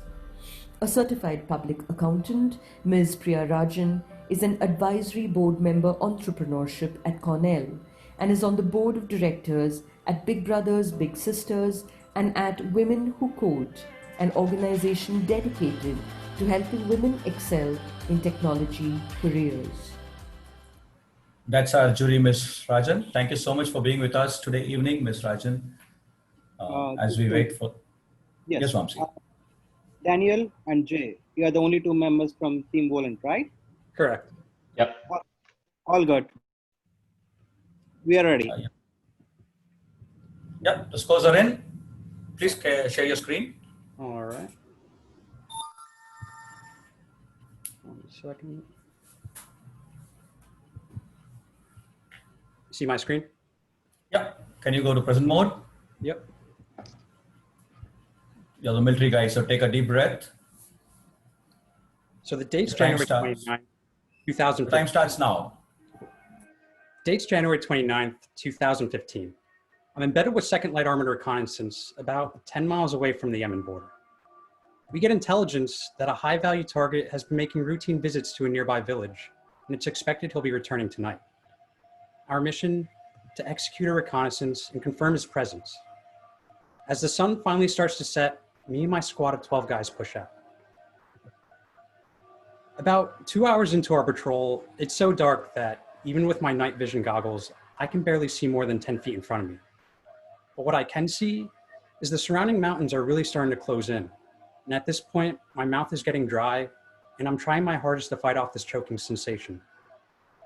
Because it's known that ISIS has been operating pretty heavily within this area, and they placed a bounty on the group of young Americans currently walking blind through these mountains. Suddenly, news headlines start racing through my head of service members conducting a similar patrol through a similar mountain, getting ambushed and losing their lives. I start imagining that behind every corner and over every hill is a group of men who want nothing more than to take us out. And normally to help us see, we would just call in an illumination mission. But given illumination rounds have one of the highest audible signatures, and due to the nature of our mission, this isn't an option. It takes us hours to slowly move through this gap, but we get lucky. We complete our mission and no one gets hurt. I'm fortunate enough to be here today to tell you all my story. But there are countless stories to the contrary. And it's these stories that solidified the one thought I found myself repeating over and over again. There's got to be a better way. You see, to put it simply, our current methods of reconnaissance are outdated. And I say they're outdated because we're wasting time. We're wasting thousands of hours each year and involving ourselves in unnecessary risks. And taking these risks require extra manpower and resources.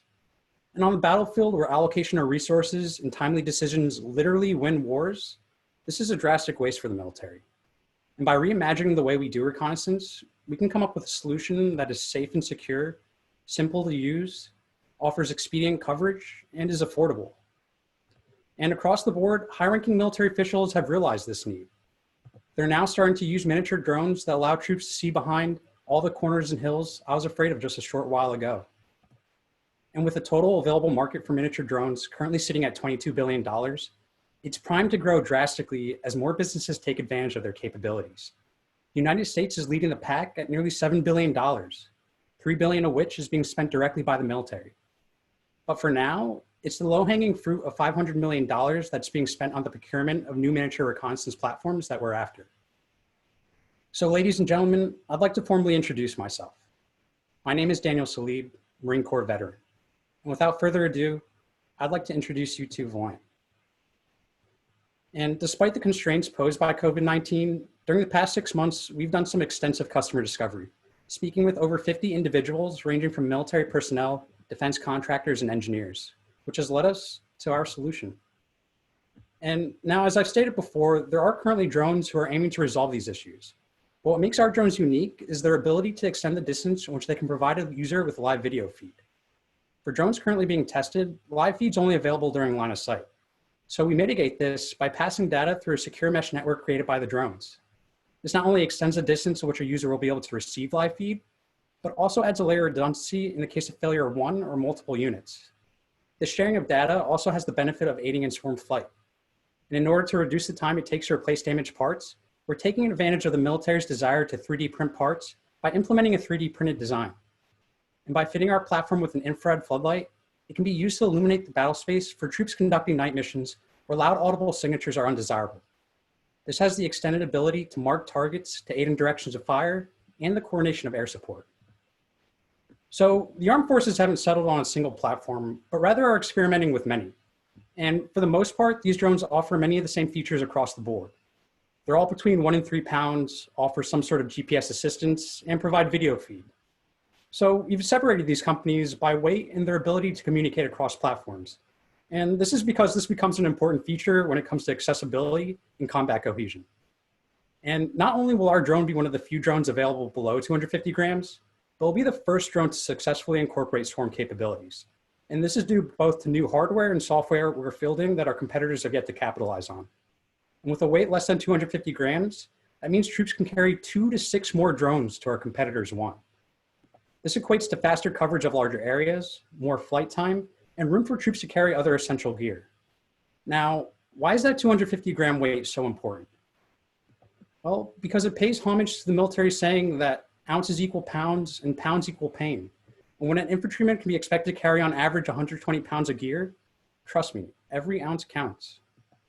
So once we completed our proof of concept, we take our product on the road and we start showcasing it at military installations and various drone events. We do this to gain product traction and recognition by giving military personnel and civilians alike the ability to gain hands-on experience with our platform. Finally, we strategically market ourselves to think tanks at places such as the Advanced Schoolhouse of Infantry and in Quantico to achieve our goal of gaining our first government contract. Our revenue will depend on the size of the orders made by a military branch, and with a price tag of roughly $28,000 per unit, at its low end, these contracts can be anywhere from $1 to $3 million for just a few drones. But given our platform's ability to embrace a cohesive ecosystem, we believe we can capture $30 million or 6% of our target market by gaining an order of a little over 1,000 units. This is comparable with some of the larger orders made by military branches for systems that are just far less cohesive than ours. But there are endless possibilities for our platform. And after we've tackled our target market, there's room to expand into the commercial and consumer markets, which are both large in their own respect. And with my team at Volant, I'm confident we can achieve our mission. There's Jay Rania, a very talented programmer with 6 years of experience having worked with organizations such as Princeton and Prudential, and is someone I can depend on to solve any of my coding needs. He's been handling the software side of our product. Then there's Irvin Guzman, a computer engineer with vast knowledge in computer hardware, who I have personally worked with on various networking projects and is really skilled with different network protocols. He's been handling our routing protocols and our network security. Finally, we're accompanied by some fantastic advisors. William Gross is a fellow veteran with nearly 20 years of military experience and multiple combat deployments. He was once the head of the Advanced Schoolhouse of Infantry, where he had firsthand experience with companies marketing drones to the military. And lastly, we have Dr. Suresh Kumar, a 5-time Inc. 500 serial entrepreneur and professor at Columbia and the New Jersey Institute of Technology. And by combining our skills together, we were able to construct a mesh network utilizing a few Raspberry Pis. This network can handle sensor traffic, and the nodes are capable of being added or removed without disrupting the network. Here you can see us accessing every node within our network. We have also configured a drone that weighs less than 250 grams with a flight time of roughly 20 minutes. And this is a big accomplishment because drones of this size normally only average about 5 minutes of flight time. It also houses a Raspberry Pi in order to incorporate our network. So I often wonder how that night could have been different if we had this platform. Instead of being too fearful to call in an illumination mission, we could have deployed 2 or 3 of these drones and quickly lit up the battlefield. A mission that took us hours could have been completed in a fraction of the time. We not only could have confirmed that our high-value target was in that village, but we could have also marked the target for air support once he departed. Who knows how many countless lives this device could have saved. But what I do know is that with $500,000, you can aid Volant through our first 2 years of net losses, so we can reach year 3, where we project to become profitable and gain our first government contract. These funds would be used for research and development, sales and marketing, general and administrative expenses. So before I close, I'd like to give a special thanks to those who've aided us along the way. And with that said, will you join the Volant team in reimagining military reconnaissance, making them safe and secure, simple, expedient, and affordable? Thank you all.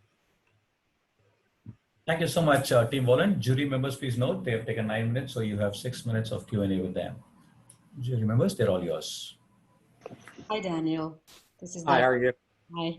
Thank you so much, first of all, for your service to our nation. Oh, thank you.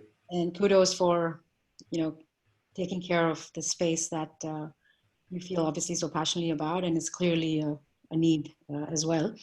I would love to know a little more about how far along are you for product validation? So we've constructed our MVP. So we have the mesh network and the drone. As of right now, we would still have to harden our product in order for it to be marketable to the military. So we're actually in the process of that as well. Great, thank you. Hey, Daniel. Thanks again for your service. Great presentation. And just a question, again, pardon my ignorance on this, on the mesh network that you were talking about, is that patented or something that's more like, or a provisional patent that you can put on that could create a barrier to entry for others?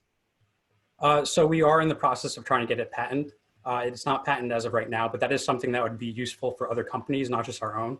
So if we can create that mesh network, it would allow multiple products to be able to communicate across platforms. So regardless whether it's Volant or DJI or some other platform, it would allow the ability for them to speak and pass information. Great. Just one quick follow-on, because you mentioned about having it the mesh network. I think the thing is you can have four or five more that connects the mesh to give that connectivity. Does that mean as a client that I'm buying a lot more drones from you?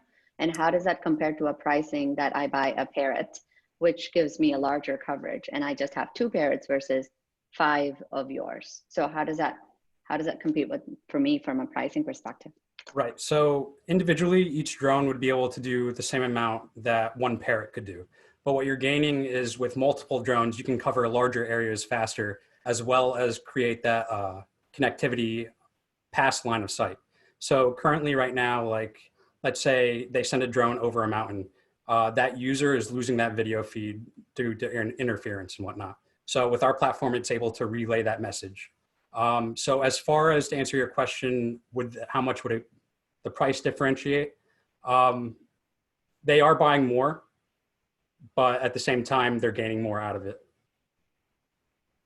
Great, thank you. No problem. Hey, Daniel, this is Venkat. So great presentation. So I just one question I have, right? Your differentiation, is it the secure mesh? Is it the illumination or the weight? Because this field may be a little bit crowded, right? I mean, a lot of companies out there, right? How do you differentiate yourselves? Right. So like you said yourself, it is between the mesh network.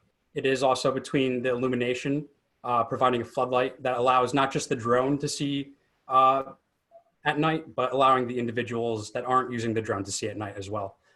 So between those factors, and also right now, a lot of the companies have been focusing on making their product rugged. But when you're flying about 20 miles an hour and you hit into a tree, it doesn't matter how rugged your product is, it's still gonna break down and you're gonna have to replace those parts.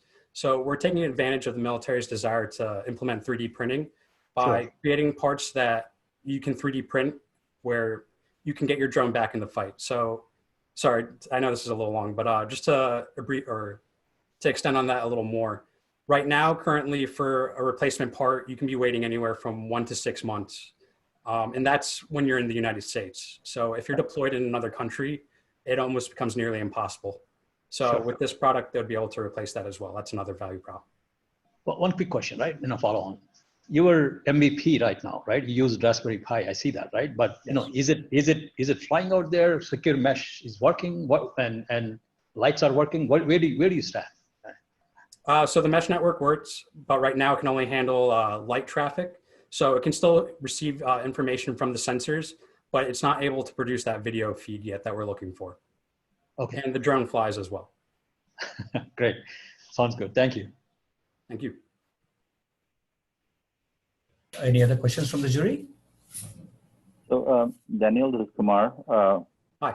Thanks for having a passion in an area like this where, you know, it's obviously very useful to the government and military.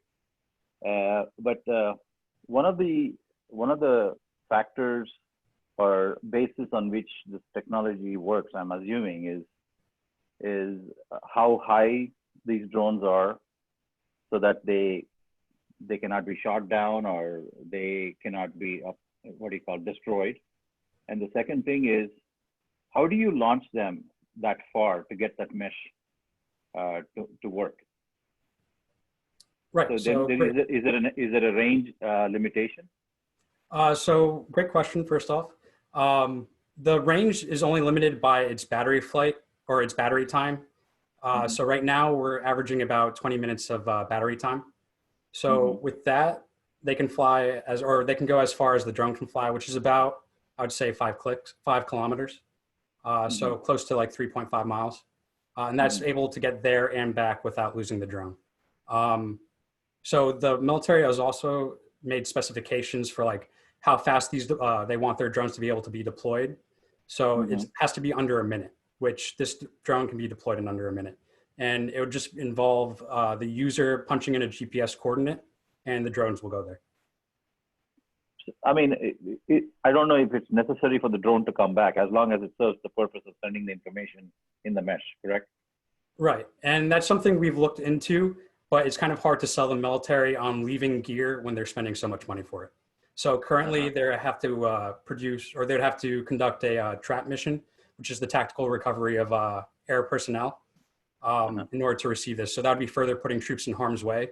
But what we're looking into is giving a way to, if it's considered too dangerous to retrieve this drone, that they won't have to. So it's just finding a way to pitch that to the military as well as a way to make that feasible. What is your markup or profit margin? What's the cost of manufacturing one drone, and what do you sell it for, or what do you plan to sell it for? Last 15 seconds for Q&A. Right. So right now, the drone we've constructed cost under $300 to create, but once we have to like harden the product itself and also add sensors, it's probably going to be roughly around 10,000. And then from there, the markup would be around 28,000 for what we would sell it for. Okay. Thank you, Team Volant. And I think the world is a safer place with you around. Thank you for the presentation. Jury, your time. Thank you, everyone. Now. As we score, it is my pleasure to introduce our next jury, Mr. Kumar Sripadam from Elevate Capital. Here's a small video about Mr. Kumar Sri.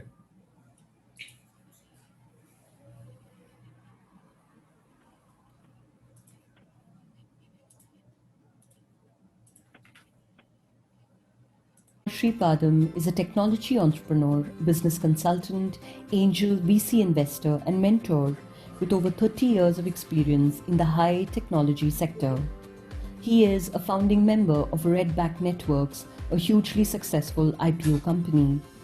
He is a general partner at Elevate Capital and is also the chair of TiE Angels Silicon Valley, the first ever such program launched in 2010. TiE Angels Silicon Valley has made 45 plus investments which have created an estimated value of over $650 million, with $9 million plus financed by more than 85 investors. A charter member and a board member of TiE Silicon Valley, he is also an executive committee member of ARC Angel Fund NYC.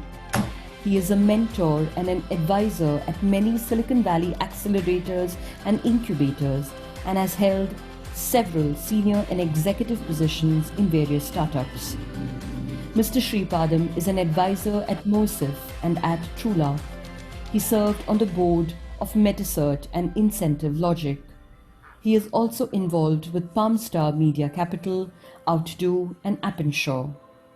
He is an active investor and an LP in The Hive, The Fabric, Streamlined Ventures, and VU Ventures, to name a few. His other investments include IFLY Silicon Valley, IFLY Hollywood, SB Pacific Group, and many more.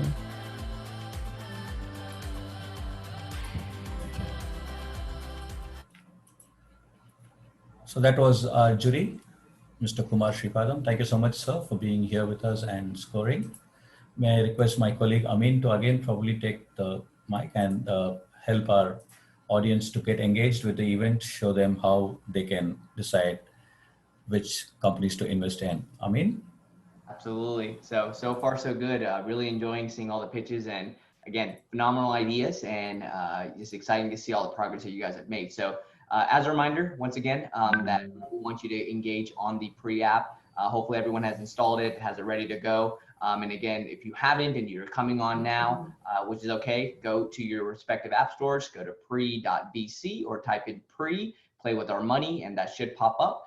And our code for the event is 2757. And pre is going to be used today for each of the audience members to serve as investors by using pre-money to allocate towards the companies that are pitching today. So these are, it's basically pre, not real money, but it's pre-money where you can allocate towards all the pitches that are being done today. So each one of you guys are going to be given $10,000, which again, most of you guys already probably know, but please allocate those funds towards the companies that are pitching. You know, the ones that you like the most, you know, allocate more money towards there. The ones that you like the least, still give them something, but you know, you're serving as an investor. Additionally, there are two other things that we want you to do within the pre-app. One is to rate each of the teams. So please do click on that rate button next to each team. Give them that feedback. It's very beneficial because these teams do want to get that feedback from you guys as they hear the pitches. And additionally, if you want to get connected to the founder within each of the teams, please do click that message button, and that message button will get you connected with them directly. If you want to give them any strategic advice, if you want to have a connectivity with them, if you think that you can help them with their business plan or can connect them with a potential customer, a potential investor, you can do that directly within the app. So I think everything in the app so far is going extremely well. So if you have any questions, drop them into the chat and we'll be happy to help. Good luck all. Thank you so much. Thank you so much, Amin. Is the next team ready, Vamsi? And Yes. may I add to Amin's points that please don't put all your $10,000 into the same company or the favorite company. Try to match the market, because if you do match the market properly, you have some dollars to win at the end of today night. So there was some dollars waiting for you. So be more smarter. Don't go for your best friend, but go for the best company that you can see. Team Armor from Israel. Hi. Can you check your audio? Check. Can you hear me? Yes, Daniel, Absolutely. I can hear you. You can hear me? Loud and clear. Fantastic. Copy that. Can you please share your screen? Yeah, sure. Jury, please note this is Team Airmore from Israel. Full screen, please. Your time starts now. Thank you. Last week, I came to Tel Aviv for a business meeting. I decided to use a scooter. And just as I was about to start a ride, I realized that I forgot my helmet. It happens a lot. You need a helmet, but it's not there for you. Hi, my name is Daniel, and I am the CEO of Airmore. All around the world, using cars in the major city centers has become extremely frustrating and ridiculously time-consuming. No wonder more and more people are choosing to use alternative ways of transportation. And with the COVID-19 pandemic, many people prefer to avoid public transportation. All this resulted in an enormous rise in micromobility users, such as electric scooters and e-bikes. The number of users will get to hundreds of millions. Cities worldwide are regulating the use of light vehicles and requiring helmets. Yet, many users end up riding helmetless, risking their lives on a daily basis. The number of injuries is increased by 100% over the last year alone. In the US, for example, more than 40,000 users end up with head injuries and other wounds. Over 60% ride without a helmet. Why? Well, we asked hundreds of frequent users this question. Why don't you use helmet? The most common answer are, helmets are heavy and uncomfortable, people tend to forget it, and it's inconvenient to carry around. But they all agree on its importance, yet leaving it behind and risking their lives. So we developed Airmore. Airmore is a compact inflatable helmet kit adapted to be installed on all kinds of micromobility vehicles. Our mission is to reduce the number of injuries and save their lives while making helmets compact and always accessible. So, how it works?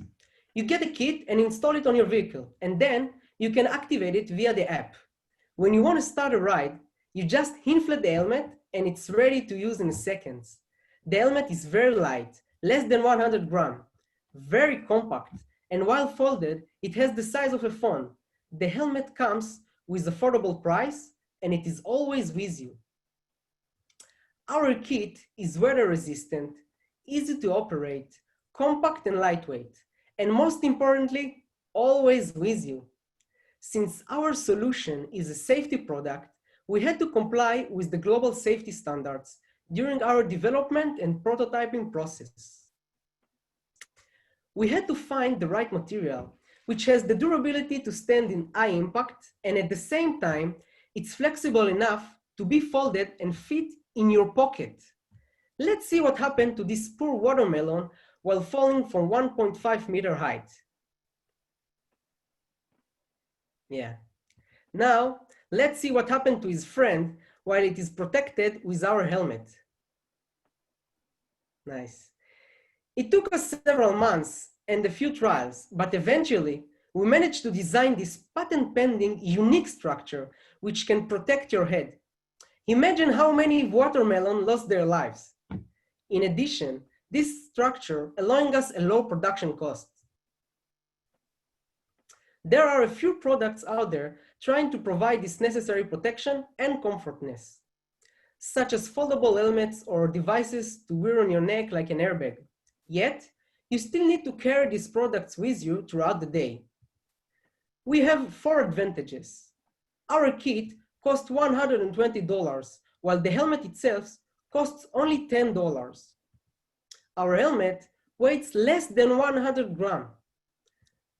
Our kit is adapted to be installed on all kinds of vehicles. And we have a very compact size. How much? Small enough to fit in your pocket. The global cycling helmet market was valued at $0.8 billion in 2020 and expected to reach $1.5 billion in 2025. The numbers of micromobility vehicles will get to hundreds of millions. We are aiming for the European market, which accounted for the largest market share, and the North America market. We are targeting both B2B and B2C market. Airmore will create partnership and distribution agreements with leading share micromobility companies.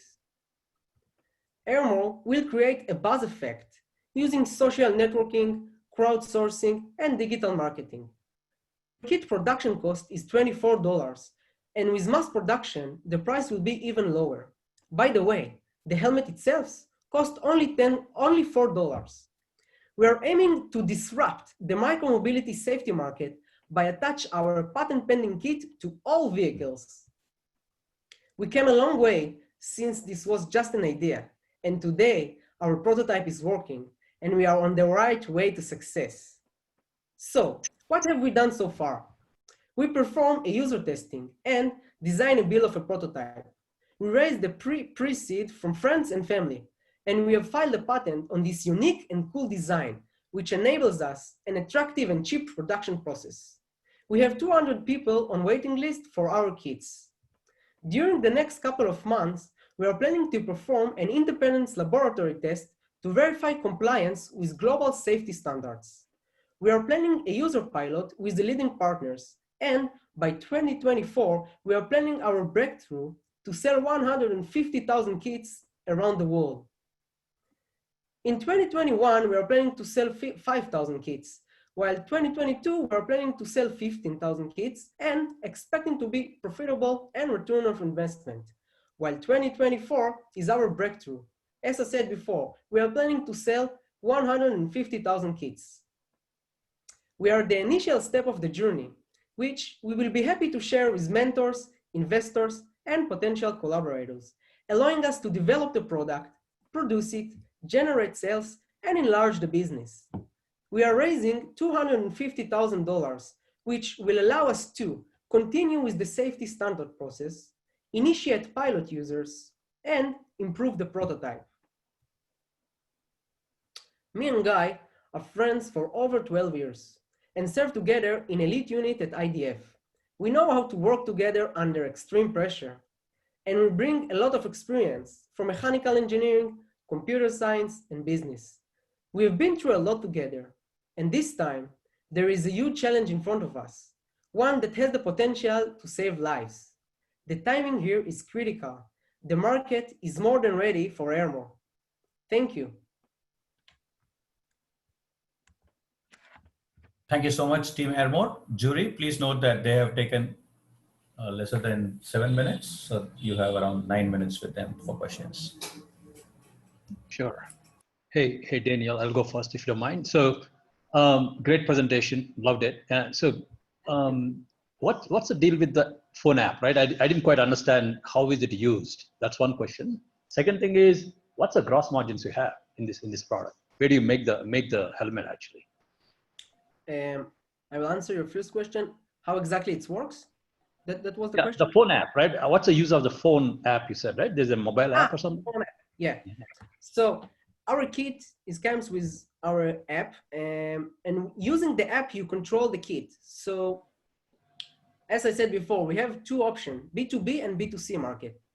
If we will look at the B2B market, we are planning that our kit will be installed on all micromobility, on all shared micromobilities vehicles. So as the user start a ride, he can choose the option to use our helmet.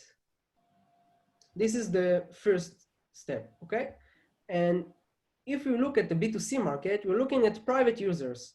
So when you want to start a ride, you use the app to activate the kit and inflate the helmet. You also can see the battery percentage and also can eject the battery if you want to charge it. Sure, got it. And what's the gross margin you have on the product? I mean, gross profit. I mean, what's a manufacturing cost for the? Our kit production cost is $24. And you're selling it for all? Sales price is what? $120. Good, thank you. Important, very important. The helmet itself costs only $4 because our unique structure we developed. Okay. Cool. Thank you. I could hear a bell ringing there, so I think the cash registers are already ringing for you. Yes, Ms. Rajan, your question, please. Hi, great job, Daniel. Question with regards to cleaning, right? Just from a health perspective, right now, several of the folks that you have on the logos that potentially could be partners that we closely work with, and especially given the pandemic, there's a lot more kind of focus on what you're touching, how you're reusing other things. I feel it's something that even after the pandemic is hopefully solved, it's going to be here to stay. So how are you addressing the cleanliness of the product after it's being used for the people who are going to reuse it? So if I'm using it, that's one thing I would be really worried about, right? So how are you addressing that? Yeah, the hygiene question, very good question. So since our production cost is for the helmets is very low, we are planning to sell disposable helmets. For example, we will put a cartridge of a few helmets inside the kit, and the users, he can choose whether he like to use the shared helmet or he can purchase one. Besides, in the future, we are aiming that each user will have his own helmet inside the pocket or inside the bag, and he can just use his own helmet and inflate it with our kit. I would even, that's amazing. So I would even not even take that option of, because your price is so cheap, just make it as if it's free for that, like, one use per, so I think that might be the best approach to consider. Thanks for the tip. In a few places, for example, in Israel, they're studying the regulation that each scooter or electric bike must have a helmet embedded within the vehicle. It's going to start in a few months in Israel for the first time in the world. So this can be a solution for both. Narthi, your question? Yes.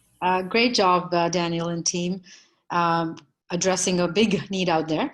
It's a comment on your competition slide that you had. There was another company I noticed that was pretty similar to yours, had a lighter option. TiE, was it? TiE, yeah. Yes. So how are you addressing the speed to market? Because if there are people coming into this space, because I noticed that the weight is also less than yours on that slide. Let me share the screen. I'm not sure. What I think I'm trying to get at, Daniel, is the money that you're raising. What kind of run rate does that give you? Are you talking about this Yes. table? Yeah. So the weight is 250 grams, and it's a smaller. Yeah, they haven't started to sell the product yet. It's okay. From our research. This is the data that I received, but you see, it's not the exact weight. Mm-hmm. As I said, they are not selling it yet. But if you can see in the picture, this is not an inflatable helmet. It's a regular helmet which you can fold. So. And you carry that versus your kit, correct? Excuse me? Yours is a kit, and this is an actual helmet, right? Yes. Right. One point of that their helmet is very expensive, and the part that user used, it's a part of a, how I say it, it's getting איך אומרים ברנס, מתקלקל מהר. This is the part of... It can be destroyed very quickly. Understood. Okay. And the other question I had was the raise that you're doing, what kind of runway does that give you? So with that money, we are planning to finish the standard process, the safety standard process that we started, and to initiate the pilot users. And how long was that? About 1 year. 1 year. Okay. Thank you, Daniel. You're welcome. Thanks so much, man. May we move on to the next jury, please?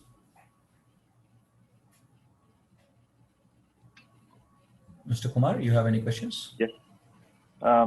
Hey, great product and definitely very useful, especially as safety is a big concern. And I can also empathize how it's hard to carry these heavy helmets around and use them. The only thing which comes to my mind is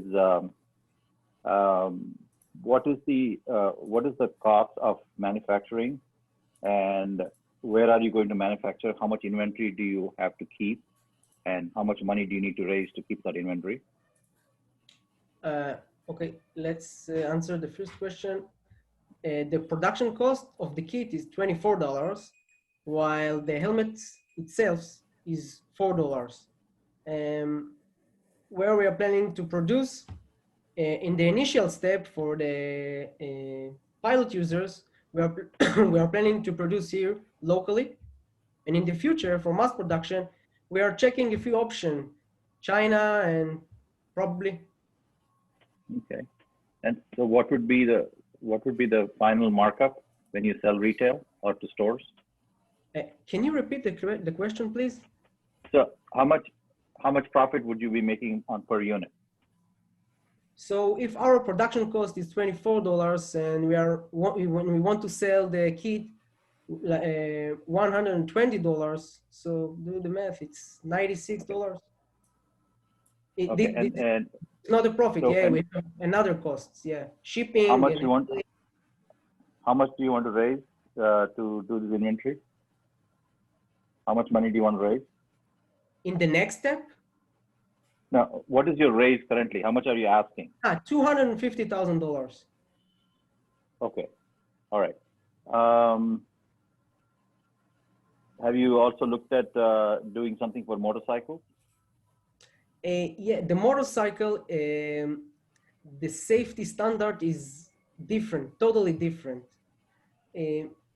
We are familiar with a few products, with a few inflatable products for the motorcycle area, but this is not our product.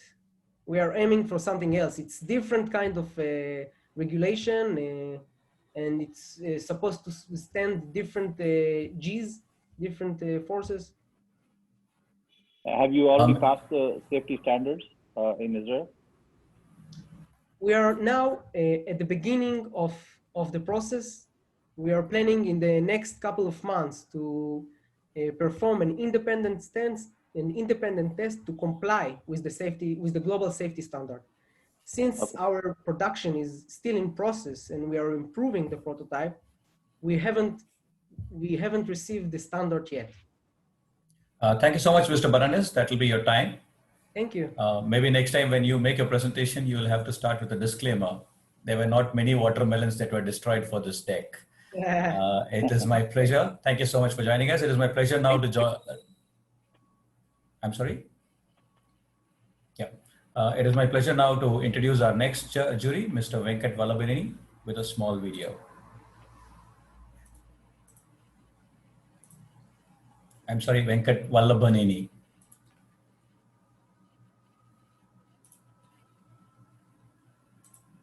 Ms. Priya, Ms.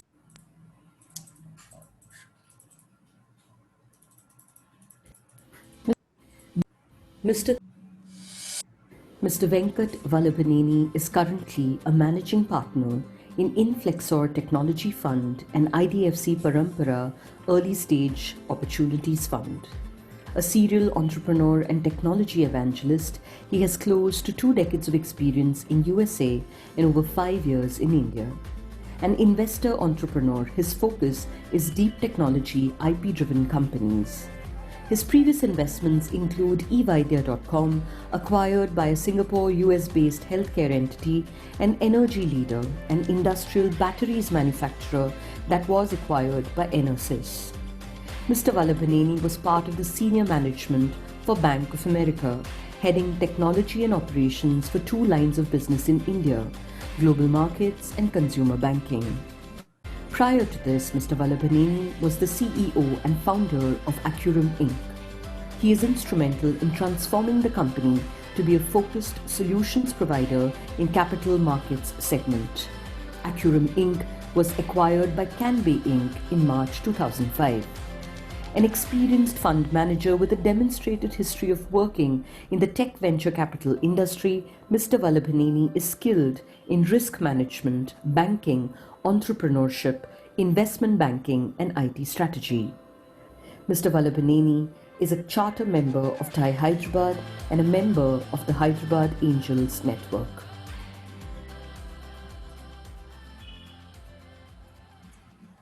Thank you. That was our next jury, Mr. Venkat. And the next team is Team Aerodyne, who are planning to change trucking aerodynamics. And as one of the jury members on one of the previous competitions said, they're building something like the Batmobile. Yeah, so we are all eager to look at the Batmobile. Joy and Jace, can you check your audio once?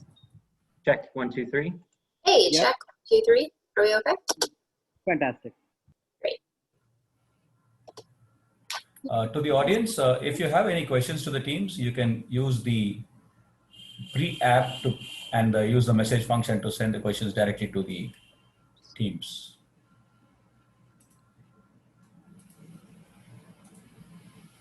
So Joy and Taylor, Jason and Victoria, all set? Yes. Take a deep breath.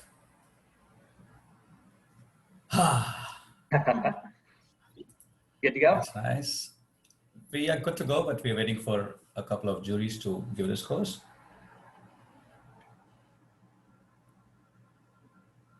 I like how this team always comes in too, so they're always visible on the screen. Are you guys in the same place? Yep. We are. Yeah, the jury is done. Super. Your time starts now. $165 billion. That's how much money the United States trucking industry spends on fuel every year. And it's their largest expense. And one of the main contributors to this cost is rear aerodynamic drag, which contributes to about 1/4 of the overall drag on the vehicle. And yet, few companies out there have even attempted to address this region, and arguably, none have done so effectively. That is until today. Hi, I'm Tyler Boone, CEO of Aerodyne Technologies, and thanks to my team's industry experience in engineering, manufacturing, machining, and market research, we've developed a patent-pending fuel-saving solution that we believe will revolutionize this segment of the market. Enter our first product, FreightFin. This device consists of panels that curve into an airfoil shape behind the truck upon deployment, which streamlines the air and thereby increases fuel economy by an industry-leading 4.8%. This reduction in drag translates to roughly $3,000 in fuel savings per truck every year. So for example, a trucking company with 2,000 trucks in their fleet would save $6 million a year with our device. But in addition to these fuel savings, FreightFin also significantly reduces the carbon emissions from every truck. And as more states begin to impose carbon taxes, this device could save some trucking companies up to an additional $2,500 per truck every year, offering an even more attractive return on investment. Perhaps the most important component of any trucking accessory is that it must seamlessly integrate with the driver's workflow.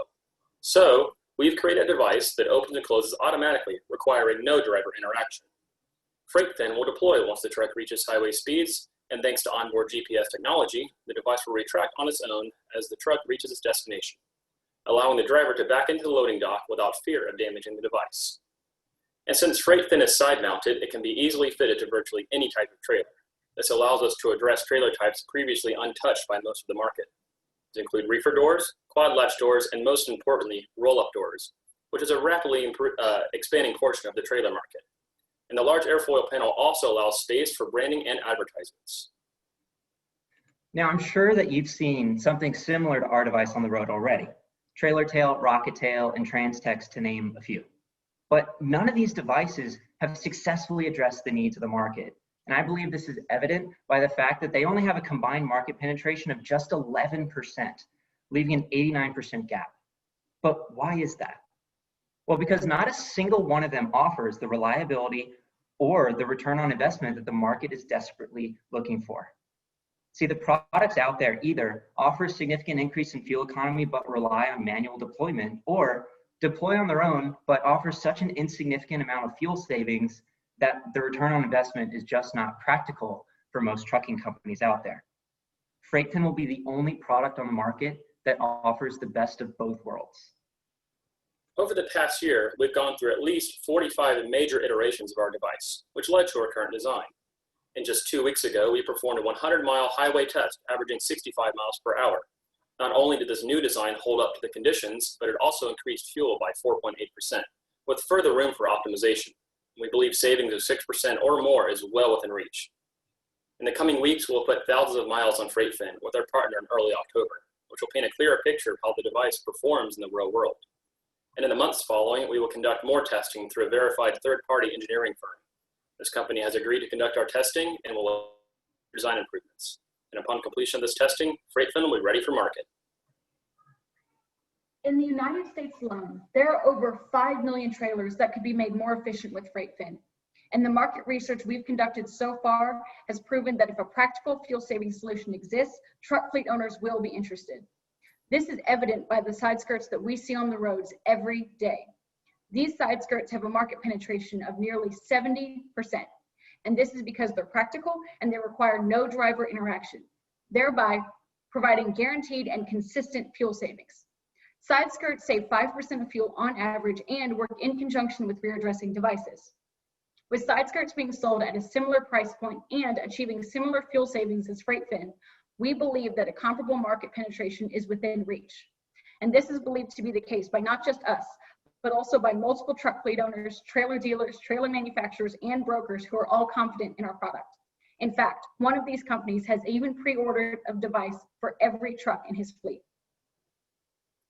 We will start commercializing FreightFin in the United States. And in order to bring FreightFin to market, we've identified a 3-pillar marketing plan that we will execute in tandem with one another. One of the pillars of our marketing strategy is to sell FreightFin as an accessory at trailer dealerships. We've partnered with Rush Truck Centers, a trailer dealer with a network of over 200 dealerships across 20 different states. Their national account and fleet sales representative has agreed to install our device as an accessory at one of their Atlanta facilities. We will start marketing in Atlanta, and from their expansive dealer network, we aim to go nationwide. The second pillar in our marketing strategy is to sell FreightFin directly to trailer manufacturers to be assembled and installed on new trailers at their facilities. Our vision is to connect with some of the largest trailer manufacturers in the U.S., such as Wabash, Great Dane, and Utility. In the past, we know that these companies have worked extensively with various aerodynamic improving devices, so they do have the existing infrastructure in place to assemble and install a device like ours. And the last pillar of our marketing plan will be through direct sales to existing fleets. We have partnered with a trucking broker who has agreed to connect us with innovative fleets that are interested in aerodynamic improving devices. Our target customers are high-volume fleets with low trailer-to-cab ratios, as this minimizes our customer acquisition costs. FreightFin will be installed by Aerodyne initially for an additional fee. We believe that the combination of these three pillars will allow us to effectively bring FreightFin to market. After the TiE competition, we plan to apply for a small business grant to raise more non-dilutive capital. And in October, we will complete our phase 2 road test.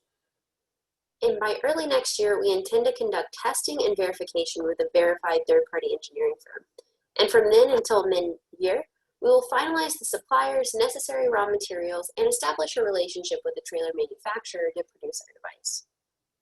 Initially, we anticipate sales to come from our relationships with trailer dealerships and existing fleets. By the end of our first year, we expect to have sold at least 2,400 devices. And as our operations are optimized and we grow to other manufacturers, we anticipate they will be able to produce between 6,000 and 7,000 units the second year and approximately 13,000 units the third year. As of this year, FreightFin costs roughly $1,400 to produce, given materials, labor, and freight. But we're expecting that number to drop upon partnerships with manufacturers such as Wabash and Great Dane. An industry leader such as one of these companies would be able to scale production, provide installation, provide maintenance, as all of their capital, equipment, and infrastructure is already set up to do so. And we are predicting that FreightFin will sell for $2,500 per device, offering a buy of less than a year due to the $3,000 on average fuel savings. Our market research suggests that at this price point, we will be able to obtain a steady increase in demand over the next 5 years through our 3 marketing channels. At this demand, we are predicting that our business could bring in a revenue of over $70 million by the end of year 2025. With the funding needed to launch our business already raised through competition winnings and our first investment, we're confident that we have everything we need to complete our testing phase and fulfill our first customer's order. But in order to successfully commercialize, we will need a $950,000 investment to execute our manufacturing and marketing plans. The investment will be a convertible note based on standard industry terms, and we plan on exiting once our partnerships, full-scale production, and market demand are secured. But until then, we are asking now for anyone who is interested in investing in Aerodyne Technologies to please reach out to us by emailing tyler@aerodynetech.com. With your help, Aerodyne Technologies can massively disrupt one of the largest industries in the country. Thank you. Thank you, Team Aerodyne. You finished in 9 minutes. Jury, please note they have 6 minutes for Q&A. They're all yours. Joy and Tyler, great product. I love it. The first question I had was, what is the kind of certification you need to do to pass the test from DMV? Is there some kind of test you need to pass? Right. Victoria, would you want to? Sure, yeah. So there are actually no requirements from the DMV. The Department of Transportation has a 5-foot requirement behind the trailer that we fall in between, and then also 2 inches in width that we also fall in as well. And other than that, there are no other federal clearances. However, there is a SmartWay verification that we intend to acquire just as a point of differentiation, because that is a third-party third-party certification from the EPA that just is a little bit more suitable to some customers that we're right. And you can kind of think about that like the Energy Star rating on refrigerators. You know, it's not necessarily required, but it helps with the consumer to make the choice. Okay. Since it's an external addition, don't you need to put some safety lights or something like that for people to keep clear? Yes. So we will. So for the final product, when it's being sold, it will need to have reflective tape on the back at the very least, so that it can reflect the headlights on the cars behind it, and people can know exactly where it ends because it does stick out behind the vehicle. So yes, we will need that. And one last thing, I think you guys are selling it way too cheap because you think the ROI is going to be less, recovered in less than a year. So you might want to go work your numbers again. You might be able to get, people might get paid a lot more for this. As long as this product, what's the shelf life, about 5 years, or how long do you think will work on every truck, last on every truck?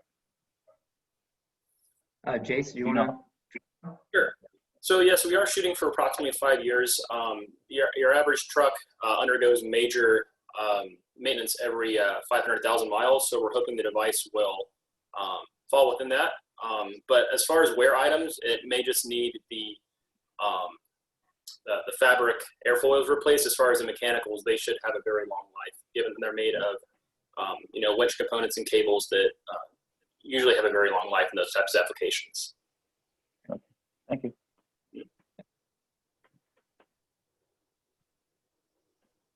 Ms. Priya, you have a question? No, I think you guys did such a great job. Yeah, great job. And I think Kumar covered quite a few questions. That was very helpful. Great job, guys.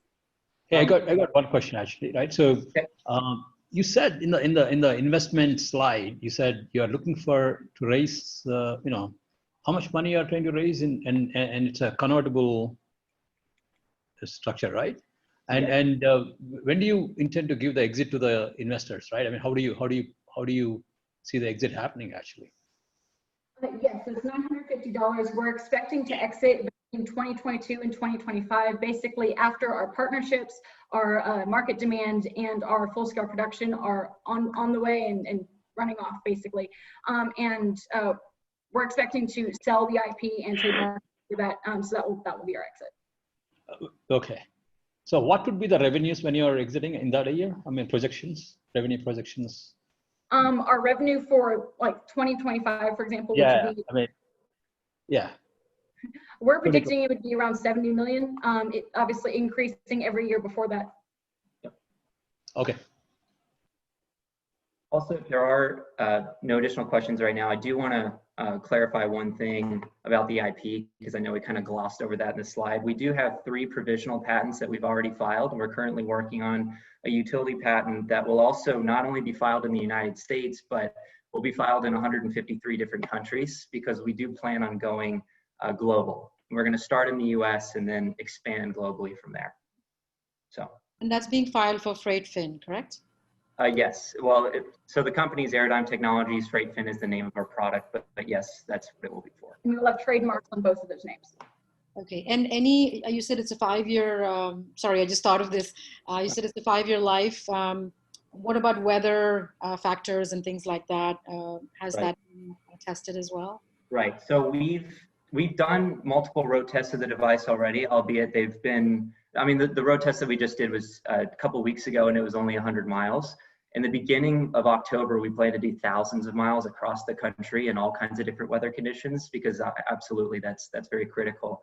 Weather conditions, different road conditions, different speeds, all of these are going to play a major factor in the overall efficiency of the device. And so the more miles we have down under our belt, the better, because then we'll be able to eliminate all the externalities in the data and really get to that core improvement in fuel economy. And to answer your question in terms of where the fabric that we're planning on using is actually a sailcloth fabric. So it's already, used to standing or made to stand up to weather, rain, rocks, whatever. So it's puncture proof, tear proof, everything like that. UV resistant water, it doesn't absorb water, etc. So great team, great job, all the best. Thanks so much. Thanks so much. Thank you so much, Team Aerodyne. I thought you helped me save 2 minutes, but then you wanted to answer so much, and now I've saved only 1 second from your pitch. Anyway, thank you so much. You deserve your time. Next team is Team LSK Technologies, a team that's trying to bring an entire lab into a box. Are they ready? Vamshi, are they in? Yes, bringing them in.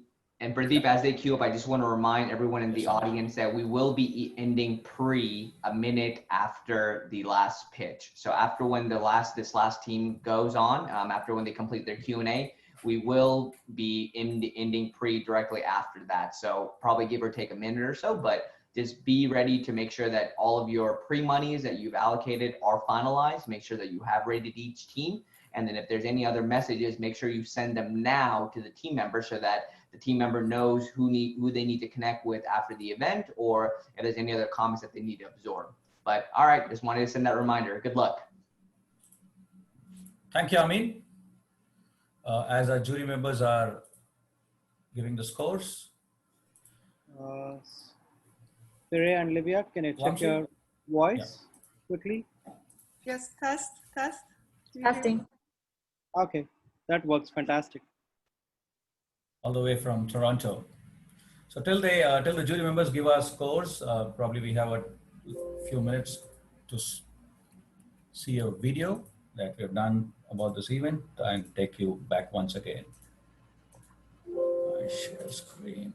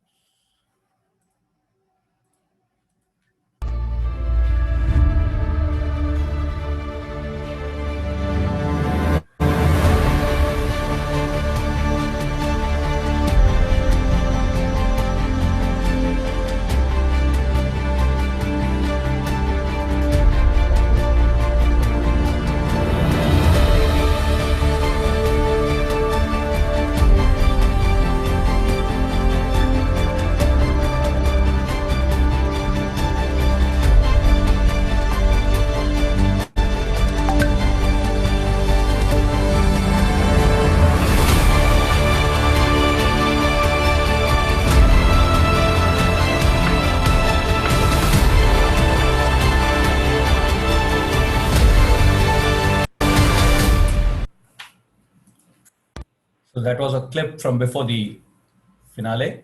All the juries have scored, and it is my pleasure to welcome and acknowledge the presence of Tejo Kote, our chief guest and keynote speaker for the day. A very warm welcome on behalf of TiE and everyone here in this team. Thank you so much for joining us. Hi, Pradeep. Thank you. Thanks for having me. Welcome. Thank you so much. Team LSK, are we ready to go? Yep, good. Please share your screen. Hi. Sare and Livia, take a deep breath. Yeah, your time starts now. Hi, I am Sarai Chick, CEO and co-founder of LSK Technologies. Today, most lab tests are shipped to large centralized labs, and it takes days to get the results. At LSK, we make a small device that can rapidly test for infectious diseases at point-of-need settings such as workplaces and doctors' offices. COVID-19 has highlighted the gaps in our traditional diagnostic models. Today, we have centralized labs which require shipment of samples back to the lab. It has slow turnarounds, inconvenient for the public, and unfortunately unable to meet the demands of today. The other alternative is rapid single-use point-of-care testing. It takes months to develop and distribute, has low volume capacity, and unfortunately suffers from accuracy issues. What we really need is an easy-to-use, high-volume, distributed diagnostic testing that can be deployed at doctors' offices, workplaces, schools, pharmacies, and airports. We need tests that can be made available within weeks from pathogen identification and that comes with data that can be shared with public health. At LSK, we make distributed diagnostic platform. You can think of this as an iPhone and App Store model for diagnostic tests. We provide an easy-to-use, flexible, and high-throughput device that can be deployed at point-of-need settings. We couple this with test-specific cartridges and third-party chemistry that allows identification of the pathogens. All of this is managed by our diagnostic software distribution platform that allows management of the data and reporting, also ordering of the tests. Why now? Advances in computer vision has allowed us to replace legacy hardware with software analytics. Today, majority of the tests use colorimetric signal processing. Traditional devices used to conduct these tests have expensive, complex, bulky, and fragile optics that renders them suitable for centralized labs. What we do is replace all this hardware with software that makes it more portable and affordable. Our second advantage is that we can accommodate both standard test consumables and proprietary cartridges. All of this can be managed by our software.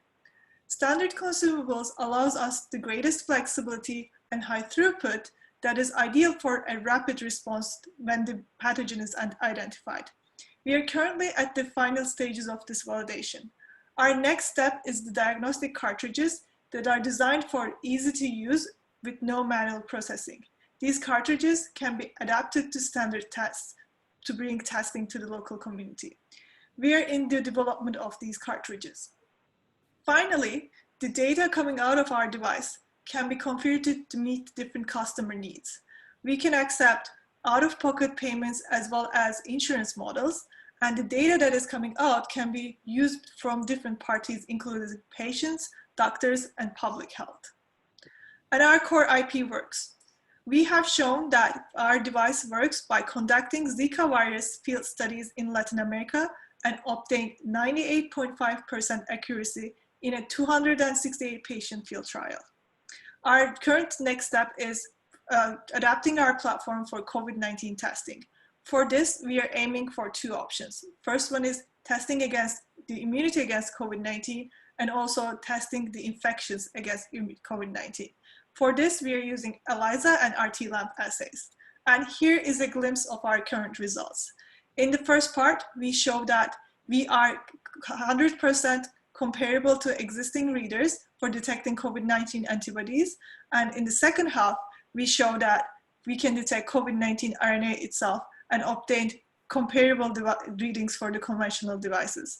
This means that we are working hard towards validating our platform and will be able to accomplish these. So when it comes to competitive landscape, the devices can be distributed to two platforms. One is affordability, the other one is versatility and throughput. In terms of when you look at the affordable devices, they come in low versatility and throughput. What this means is that you have a device that can analyze only one test at a time, the test taking 30 to 90 minutes. And this kind of devices are unfortunately unable to meet the demands. As you increase the throughput, the cost of the device significantly increases. Now you come to the devices that are traditionally housed in centralized labs. What we do is we combine the high versatility and throughput of these devices with affordability so that we make a device that can support rapid response. Our device can reach to larger customers and provide more testing. In terms of the business model, we charge our customers $5,000 per device with 90% margin. At scale, we expect our devices to cost $500. For tests, we expect them to be $35 and have 60% margin. By selling to doctor offices alone, with 350,000 doctors' offices, 200 tests per year, this is a 2.5 billion market opportunity. With the addition of schools, this becomes a 3.5 billion market opportunity per year. Right now, we are leveraging COVID-19 to accelerate regulatory approval of our device. During this process, we will have customer engagement and improve our technology development process. Currently, we have 14 pre-orders for environmental sampling and research use and 6 letter of intent for healthcare use purposes. We are excited about our healthcare use cases. Currently, our devices will be used for workplace screening pilots, in industrial plants where social distancing is not possible. And in terms of the mobile testing trailers, our device will be positioned for mining companies and remote settings where access to centralized lab is not easy. As part of a $500,000 CHR grant, our devices will be validated in Toronto, and the next step after that will be a multi-site trial conducted in Ecuador, Colombia, and Canada. In terms of the management team, it's composed of myself and my co-founder, Livia. I have an engineering background in biomedical systems from University of Toronto, also hold master's degree in pharmaceutical sciences. I have worked in a pharmaceutical company, Sanofi Pasteur, before and co-founded a medical device company before. My co-founder, Livia, she has honors in pharmaceutical chemistry and she holds master's degree in pharmaceutical sciences. She has worked in a centralized lab before. We have a great team of advisors. Our CSO, Dr. Keith Pardee, holds Canada Research Chair in Synthetic Biology and Human Health. We have Jeff Aramini, who supports us on the business side, and he was a former epidemiologist in Public Health Agency of Canada. Ron Hurtig supports us on the engineering side, and Paul Chipperton advises us on the business end.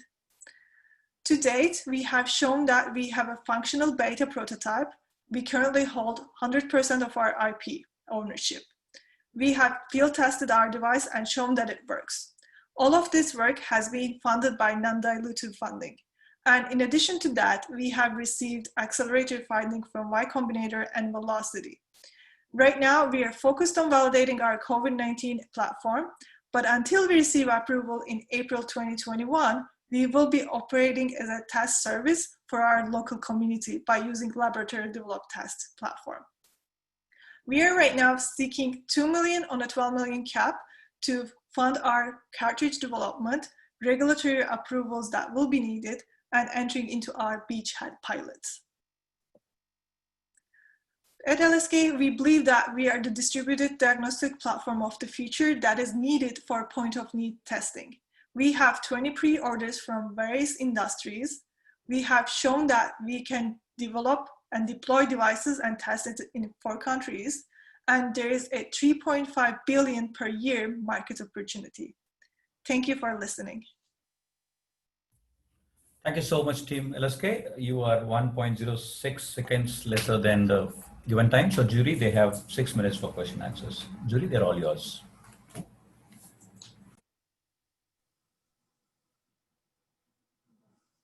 Yeah, I can go first.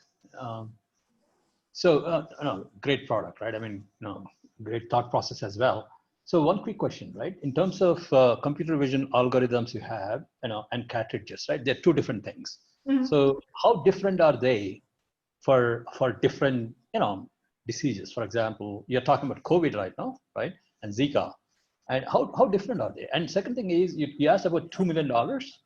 That's to develop, COVID-19 cartridge, I think, right? Is that what it is? Yeah. So what's the total time it's going to take from soup to nuts, right? Go to the market, right? So for a given disease. Yes. So in terms of the cartridge development, what you are looking for is 2 things. First one is the chemistry, and the second is the probes that detect the infectious disease itself. So probes can be easily changed and adapted to detect various diseases. That's what we are showing with Zika and COVID. So in terms of the development, all you need is that identify the pathogen and find the probes that look for that specific region. And the fact that we have a computer vision algorithm makes it even smoother that we can detect different diseases. In terms of the development pipeline, once we have our cartridges, it will be all about swapping the chemistry inside so that we can bring the value to our customers. We expect our cartridges development to take about 6 months, but after that, for new pathogens, that should be about a month or 2. Okay, thank you. Appreciate it. Hi, Sari. This is Dharti. Great job. I'm actually curious, did you, when you started working on this, was that pre-COVID? And then did you pivot during COVID and kind of make that your mainstay? Yes, exactly. So before COVID, we were focused on Zika. There was a bad Zika outbreak 2015, 2016 in Latin America. And that's how we started our platform. With COVID, what happened is that this emergency use authorization case, so that you can get your device approved, and in the future upcoming models, all you need to do is approve your test on the device so that it makes it easier for you to go to market. So we pivoted in a strategic move. Okay, I noticed it also does testing for strep. Yeah, so you can adjust the probes to detect different diseases. So far, our focus has been Zika and COVID. And besides the cost that you have, which is $5,000, right, for the equipment for the doctor's office, do they need to have a specialist or a technician to be able to efficiently read the results? Would that be an added cost for the doctor's office as well? So the current beta product requires minimal sample processing, so you would need someone to operate that. But with the development of our cartridges, that need is eliminated, and it's all will be on software, because our smart software can call the reactions positive or negative and provide easy to read results. Great, thank you. Thanks. Thanks, Sarai. Great job, both of you. Question in terms of like your competitive landscape. I saw some big names out there in terms of, you had Roche, but how, what's the barrier to entry for them to do what you guys are doing? I know it's like race to being the first for COVID at this moment. So can you kind of highlight a bit on that? That's a great question. So currently, one of the barriers we realized by talking to our customers is that high cost. Those Abbott and Roche machines, they have a huge initial capital, and after that, you need to subscribe to a certain amount of tests to be able to afford that. And this is a huge barrier that pretty much kind of does not allow them to do this modeling. What we are doing is that looking to those neglected markets. And outside of the developed countries, there's a huge market in the emerging markets where these tests and these consumables are not affordable.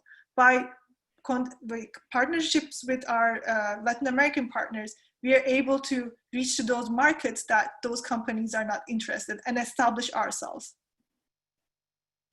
Great, thank you. Thank you. Sarai, very tactical and obviously strategic product as well in the current times of COVID. One question is, where is the expertise coming from for you to do? I mean, you pivoted into the COVID testing and probably will do more. So do you have a team which is working on, the expertise behind producing those cartridges and tests? Where is that coming from?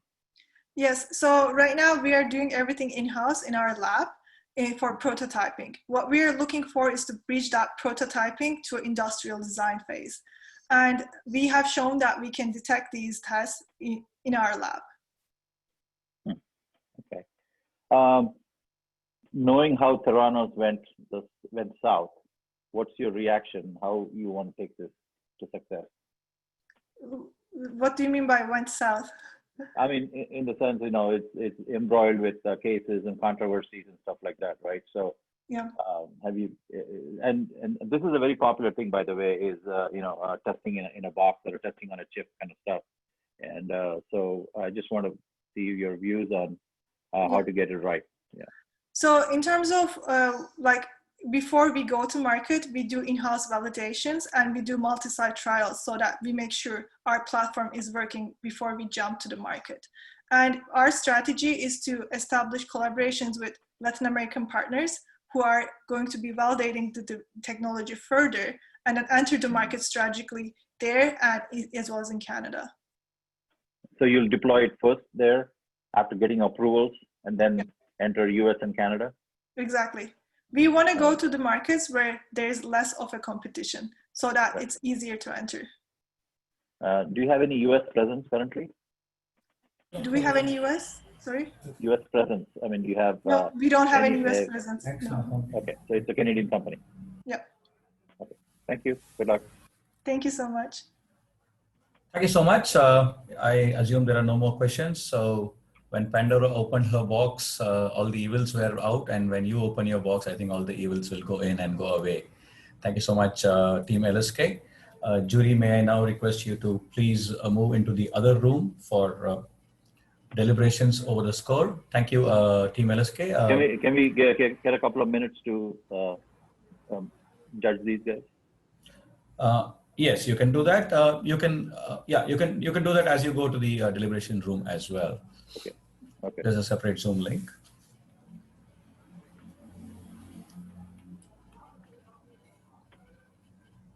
So as the jury moves to the deliberation room, it is my pleasure to introduce our chief guest, keynote speaker, Mr. Tejo Kote. Vamshi, can you make him spotlight, please, literally and otherwise? And it is my pleasure to introduce Tejo through a small video.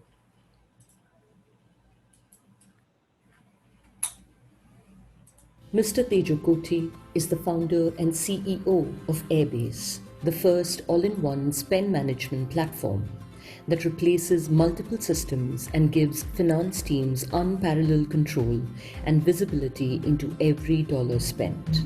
Among its clients are Gusto, Segment, Doximity, Getaround, and Netlify. Airbase has raised $31 million from Bain Capital Ventures, First Round Capital, and other investors. A past board member of TiE Silicon Valley, Mr. Kote was the co-founder and CEO of Automatic, a company that makes a low-profile install-it-yourself adapter and mobile app, allowing most vehicles post-1996 to be transformed into connected vehicles. Automatic helps customers drive safer and smarter with applications that diagnose engine trouble, detect accidents, and send emergency responses when needed, to name just a few. Automatic was acquired by SiriusXM for $150 million. For his master's thesis project at University of California, Berkeley, Mr. Kote worked on NextDrop, a social enterprise that provides residents in urban India with access to accurate, timely information on the availability of piped water through SMS and interactive voice response technology. Mr. Tejo Kote is a recipient of the Dr. James R. Chen Award at the School of Information, UC Berkeley. Thank you so much. May I ask my colleague Vamshi, because we are in a digital virtual world, we couldn't hear the audience applause. So can we have the audience applause for Mr. Tejo Kote? Thank you so much for being here. Vamshi, can we have the applause?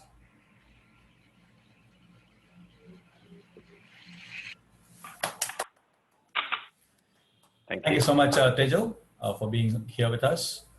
And thank you for having me. And that was really generous. Thank you for putting that together. Yeah, pleasure. So we will keep this informal because we wish to listen to your story. All of us are inspired by what you have done at such a young age.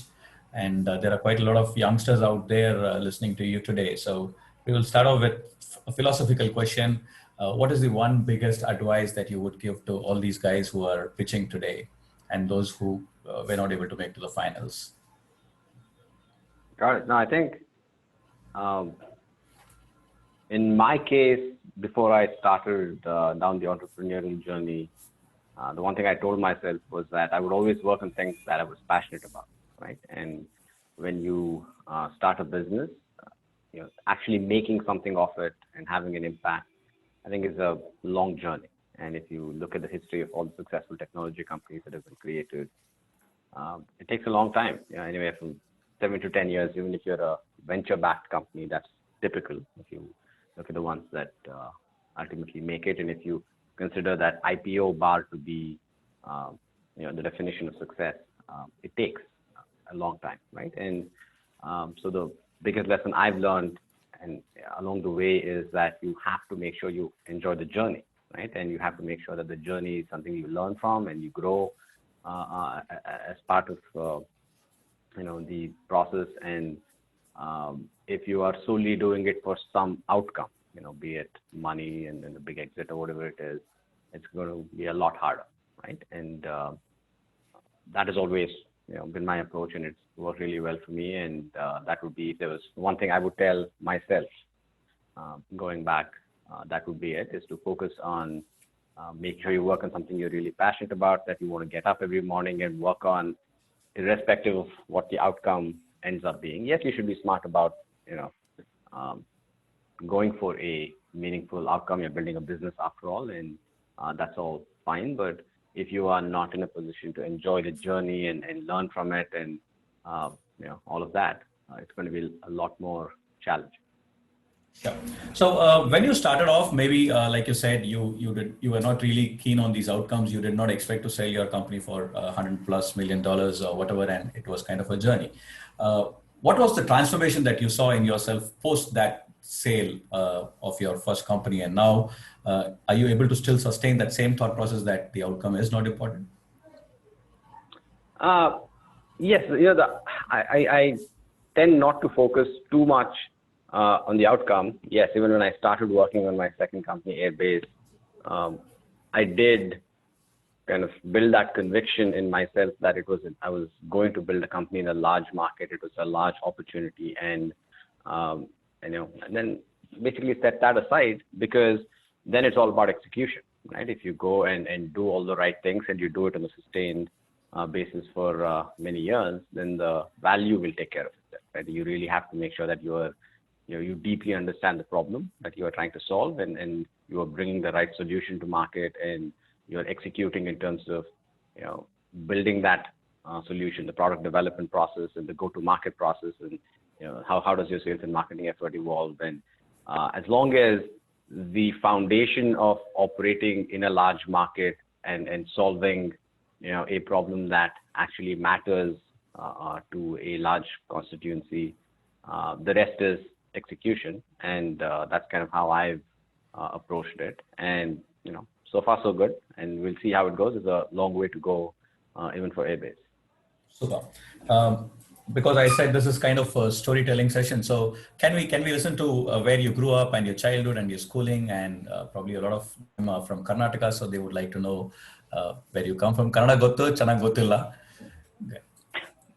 Yeah, so yes, I am from Karnataka. I saw that there was a team from Mysore. That's where I grew up. I spent the first 18 years of my life in Mysore, and then moved to Bangalore. And for those of you who aren't from India, Mysore and Bangalore, southern part of India, and it's in a state called Karnataka. And I spent about 9 years in Bangalore, and did my undergraduate degree there, studied electrical engineering, and then worked in India for about 4.5 years, and finally I came to the US in 2009. Right, I came here for grad school, and that's kind of the background in a nutshell. Okay. Quite a lot of youngsters are from these smaller towns, even in the teams that came for the competition. So how difficult is it for a small town guy to become big? Or what are the things that he should keep in mind to grow big? The thing that was most helpful to me, I was always, even back when I was in India, a big fan of technology history, and I always wanted to be an engineer. And for those of you who are from India, you know how it works, right? So from the family, the pressure is to either become a doctor or an engineer, and that's basically the path that you're led down. And I knew early on that the medicine path wasn't for me. Extremely noble profession, but wasn't something that I found passion in. And so I was always attracted to technology, and that's the path I went down. And part of the reason why that was more attractive to me was it felt like there was a lot more leverage, right? In the sense that with medicine, for example, as a doctor, there are areas of obviously medicine. I was just listening to the last pitch, and something like that has a lot of leverage too, right? So you can innovate, and then you can have a huge impact on a large number of people. But by and large, if you become an individual practicing doctor, you are going to have a positive impact on the number of lives that you touch on a day-to-day basis, which is still amazing. But what I was more attracted to with the engineering aspect of it is that you could literally sit at home and build something, and it could change the world in a lot of ways, have an impact on literally billions of people and things like that, right? And so that aspect of leverage and impact was what was attractive to me. And so I've always gone down that path of being an engineer. And it was a fairly obvious journey for me. I was always a fan, like I said, of technology history and reading and learning. And back when I was still in India, I remember reading lots of biographies of people who've been there, done that, the founding stories of companies, and I was always curious about how did they do it, right? And that's partly what I've always used to drive myself is, to learn from the good and the bad things, and the right and the wrong things that other people have done, right? And I'm a big believer in learning from the mistakes that other people have made. And even today, in the process of building a company, I'm always trying to surround myself with people who have gone down a certain path and made those mistakes. And the philosophy I try to follow is, I'm obviously going to make mistakes, but I would like to make brand new ones of my own that I will learn from, and try not to repeat the mistakes that maybe I have heard from others and things like that, right? And so that was always, something I focused on, and maybe over time it gave me this confidence that, hey, if they can do it, I can do it, right? And early on in my career, I got the opportunity, or at least I put myself in this position where I got to work up close with people who were also entrepreneurs and who had their own exits, and it further gave me confidence that, hey, of course, these people are very smart, very hardworking, but it's not beyond the realm of possibility that I could do the same thing, right? And along the way, I realized also that the most important thing is to always try to put yourself outside your zone of comfort, right? And nothing great happens if you stay within your zone of comfort. So you try to put yourself outside your zone of comfort and try to surround yourself with people who are smarter than you. And as long as you are competitive enough to ensure that you're never the dumbest person in the room, right? And so you surround yourself with people who are much smarter than you, and then you try to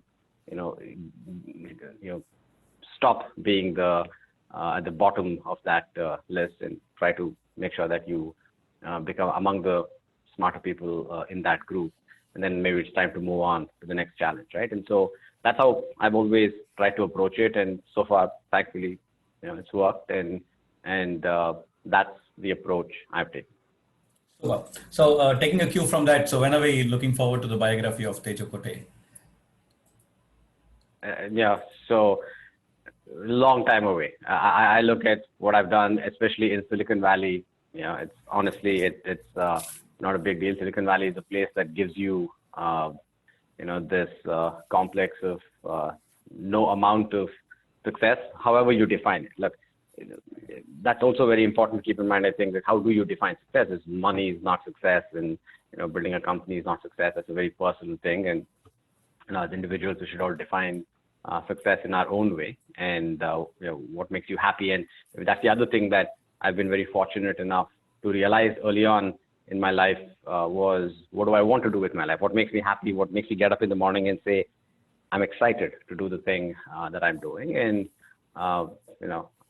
I don't think a lot of people have that. I've always been fortunate enough to have recognized that early, and I get to do that on a daily basis. So my definition of success and happiness has never been, go make a huge amount of money or go build a company and sell it. And those are all incidental things. Those are side effects that thankfully happened, and that's all great. I've just focused on doing the things that I've always been very passionate about, and the things that have kept me engaged, and I've invested my time, energy, effort in that. And so, so long story short, in the grand scheme of things, I think what I've managed to kind of work on and do so far is a drop in that larger ocean, right? And so I would like to, hopefully with Airbase and the other things I do in the future, earn the right to maybe tell the story and the learnings in a broader way. I'm sure a lot of us sitting there in the audience would be saying we also don't mind those side effects of big money. On that, I can request the audience, if you have any questions that you would like me to post to Tejo, you can put it on the chat box and I will take them on your behalf. You mentioned the word drop, and that brings me to a question that I wanted to ask you. Your project during your master's, Next Drop, was a social venture, so kind of a very tangential direction from what you did. So what was Next Drop about? And I'm sure more than money, it was the social aspect of it that would have given you satisfaction. So please tell us about that story. Yeah, so I've always been very interested in, like I said, the positive impact that technology can have on humanity, right? And I think you can bring a lot of leverage, with technology and impact the lives of a lot of people. And one of the things I was focused on in grad school was the general field of information and communication technology for development, right? And how do you use information technology, to build solutions that make people's lives better? And one of the problems we identified, that I was working on in grad school was this simple problem that I had grown up with when I was, growing up in Mysore, Bangalore, which is a simple matter of unpredictability of when you get water, right? And I remember we had these massive storage mechanisms, and in a lot of India, it's still like that, right? When I go back home, I see that all the time. But if you're fortunate enough to have storage mechanisms, the impact of that problem is lesser, right? So we have these tanks, multiple tanks that when the water flows, you collect it and then use it. That's a buffer. You use it for a period of time.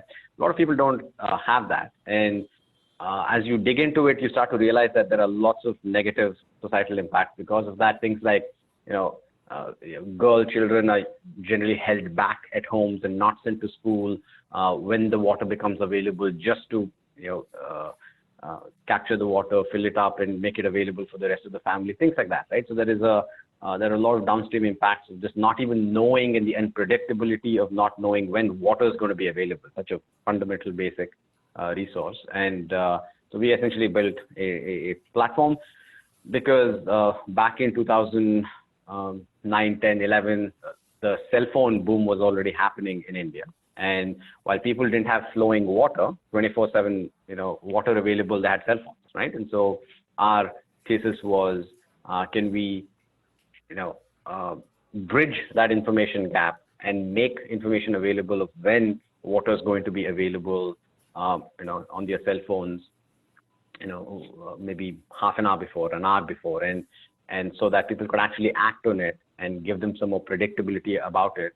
And we partnered with local utilities, and because they had plans and schedules and things like that, if there was going to be an outage, could we notify people? So the point was to bridge the information gap, right? And the thesis was that if people had the information, anywhere from 24 hours in advance to an hour in advance, they could plan better. They could, it could have all of these more positive, impact in terms of children not having to stay back home, or women not having to stay back home, in terms of the health impacts that problem generally had, and all of that would be better. And so that was part of the thing that I was working on. It was definitely a social enterprise. I don't think it was a large, public company potential, company. And long story short, as I was finishing up my time at Berkeley, I had this opportunity to either go spend some time on Nextdrop or start my previous company, Automatic. And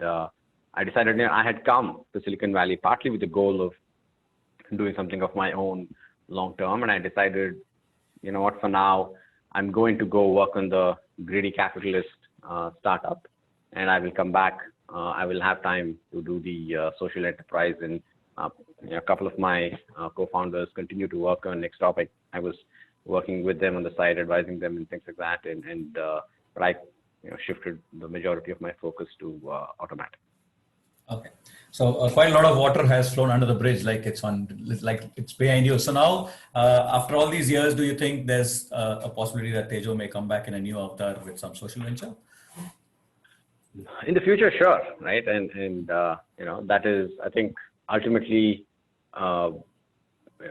technology, I'm a believer, like I said, can have a very positive impact on society. And but I see that happening, maybe not in the next 10, 12 years, but eventually I do. And I'm doing what I can to give back in smaller ways. But I feel like I first have to have the resources, again, leverage. I'm a big believer in having the leverage to have outsized impact. And I don't feel like I do. And there are lots of lessons learned along the Nextdrop journey that gave me conviction that building up the resources and the leverage will then allow me to have an even bigger impact down the line. And I don't think we have the time to go into that right now, but absolutely, that's a passion of mine. It's always been one, and something I look forward to spending time on in the future.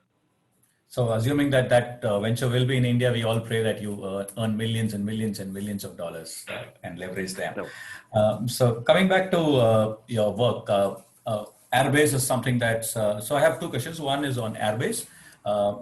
It's from what I understand, it's something that every young small startup should actually have as an application. So could you just talk a few minutes about what Airbase does and how it can help young businesses? Sure. So without making this a sales pitch, I guess the high-level summary is that this is a problem I faced building my previous startup. I learned about it then, and that's usually the best way to come up with business ideas is to live the problem yourself, right? And if you understand the problem a lot better, you are your own customer and things like that. But the problem that I kind of lived through in my previous company was, if you think about the process of how companies spend money, right? There is payroll. Usually in the early days, that's a huge part of the money that you spend. But as you start growing, the non-payroll side of spend is quite large. It becomes quite large. There is a lot of different things you're spending money on, as marketing and travel and food and software subscriptions and services that you're consuming and all that kind of stuff, right? And you're spending a huge amount of your operating expenses are on that. But if you think about generally mid-market companies, that's what we are focused on at the moment, and how they are solving the problem today.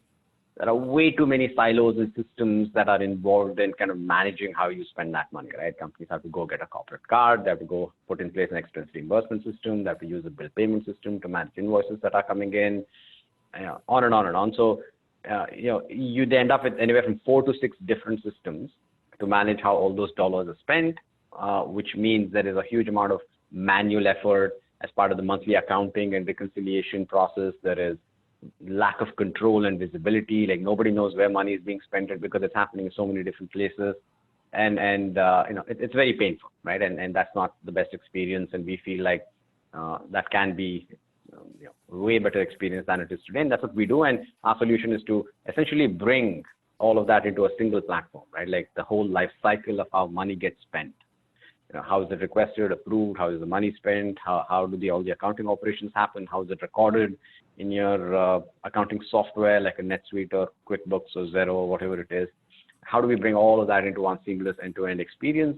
That's what we do. And I think that's the future. I think 10 years from now, that's how it will be happening. And at least I'm convinced enough that that's what makes me get up in the morning and say, this is a worthwhile thing to do, because there is an opportunity to fundamentally change how businesses, a very basic action in businesses, which is spending money, right? There's a fundamental opportunity to improve that and take that to the next level. And there are reasons why it is inefficient the way it is, and why it has evolved the way it has over the last 15, 20, 25 years, as a lot of these workflows moved being from real world paper-based workflows to software-based workflows. That's a much longer conversation for why did the infrastructure evolve the way it did and things like that. But but the next 10 years and 15 years are not going to be like that, right? And which opens up the opportunity to go create, I would like to think, a valuable business, but a lot of work to do, a lot of execution, and that's what we're in the process of doing right now. Okay. I'm sure a lot of us who are in engineering and marketing, we all relate to that very strongly, because we can work hard, but we really don't know what to do with the money and how we manage it. So a lot of these youngsters who are there today, I see almost, that's a nice number, 99 there in the attendees list. They've all been pitching to investors, right? I use the metaphor of marriage, because getting an investor on board is like getting married. Everyone tells you to do that, but no one tells you what happens after that. So now that you have had some investors and experiences with investors on board, can you tell us how do you handle them? So I think it starts with the biggest lesson about raising money and all of that I've learned. It might sound a little bit like a cliche, but it is true, which is that with investors, usually the best way to get money is to put yourself in a position where you don't need the money, right? And investors really want to give money to the companies that don't need it, But if you need it, then it's much harder to raise the money. And in my previous company, for example, I was not smart enough or experienced enough to ever put myself in a place where every single round that I raised, I desperately needed the money, right? Because the expenses and the cost of the business was such, and we had a certain amount of runway, and if we didn't capitalize the business before that runway ran out, and then we would just die, right? And there was always this race to do that. And so the biggest lesson I took away from that, and of course, that all worked out well in the end, but it was not, in the moment, it was stressful, right? A 6-year journey. It was always stressful. And so one of the biggest lessons I took away from that process was to always control your own destiny, and to always take very seriously this understanding that if you put yourself in a position where you are not desperate for that money, that is also the best way to show potential investors that you are the kind of business that can be sustainable long term, that will become a good business, and then you will be more attractive for investment, right? So it might sound a little weird, but my recommendation to any founder who's getting going is very simple. Ask yourself how you can maybe build the business without even raising the money, where you don't focus on the money, raising the money bit of it, but you focus on from first principles. What are the milestones you want to hit to prove that this is a good, sustainable business that you are building? If you focus on that, fundraising will become something that, it's part of the process then, right? And you can better justify why you need the money, what you are raising it for, and what milestones are you trying to hit with that money. But the single biggest lesson for me is to control your own destiny and not assume that the market will always be great. For example, I know now for a very early stage deals, even though we're in the middle of a pandemic, it's a good market, right? And there are lots of opportunities to raise funding and things like that. But assuming, for example, that in 2 years from now, the market will be the same, and to have a cost basis which operates with that assumption and things like that is risky. It's dangerous, right? And try and assume that every round you raise is probably the last one that you'll ever raise. How would you build your business if that was reality, right? And always try to control your own destiny. That's been my biggest lesson. Super. You have had 3 patents in your names, and the question that I would like to ask you on behalf of the young entrepreneurs here is, how do you bring the balance between trying to get your business to the next level or focusing on trying to get patents? Because we see a lot of companies who focus on one of them, and then probably they have the patents, but it doesn't turn into a good business. So any inputs on that? Yeah, so I think the patents in our previous business, there was real IP. It was a strategy to apply for patents because the patents actually would have had value, right? And it was part of the moat. It was part of how you could defend the value that you were building, and that is we were building. But with this company, for example, we're not doing anything with patents because we're a B2B SaaS business, and it's a B2B application software. And at least I don't believe there is a lot of defensible, unique, patentable technology. Yes, you can go file for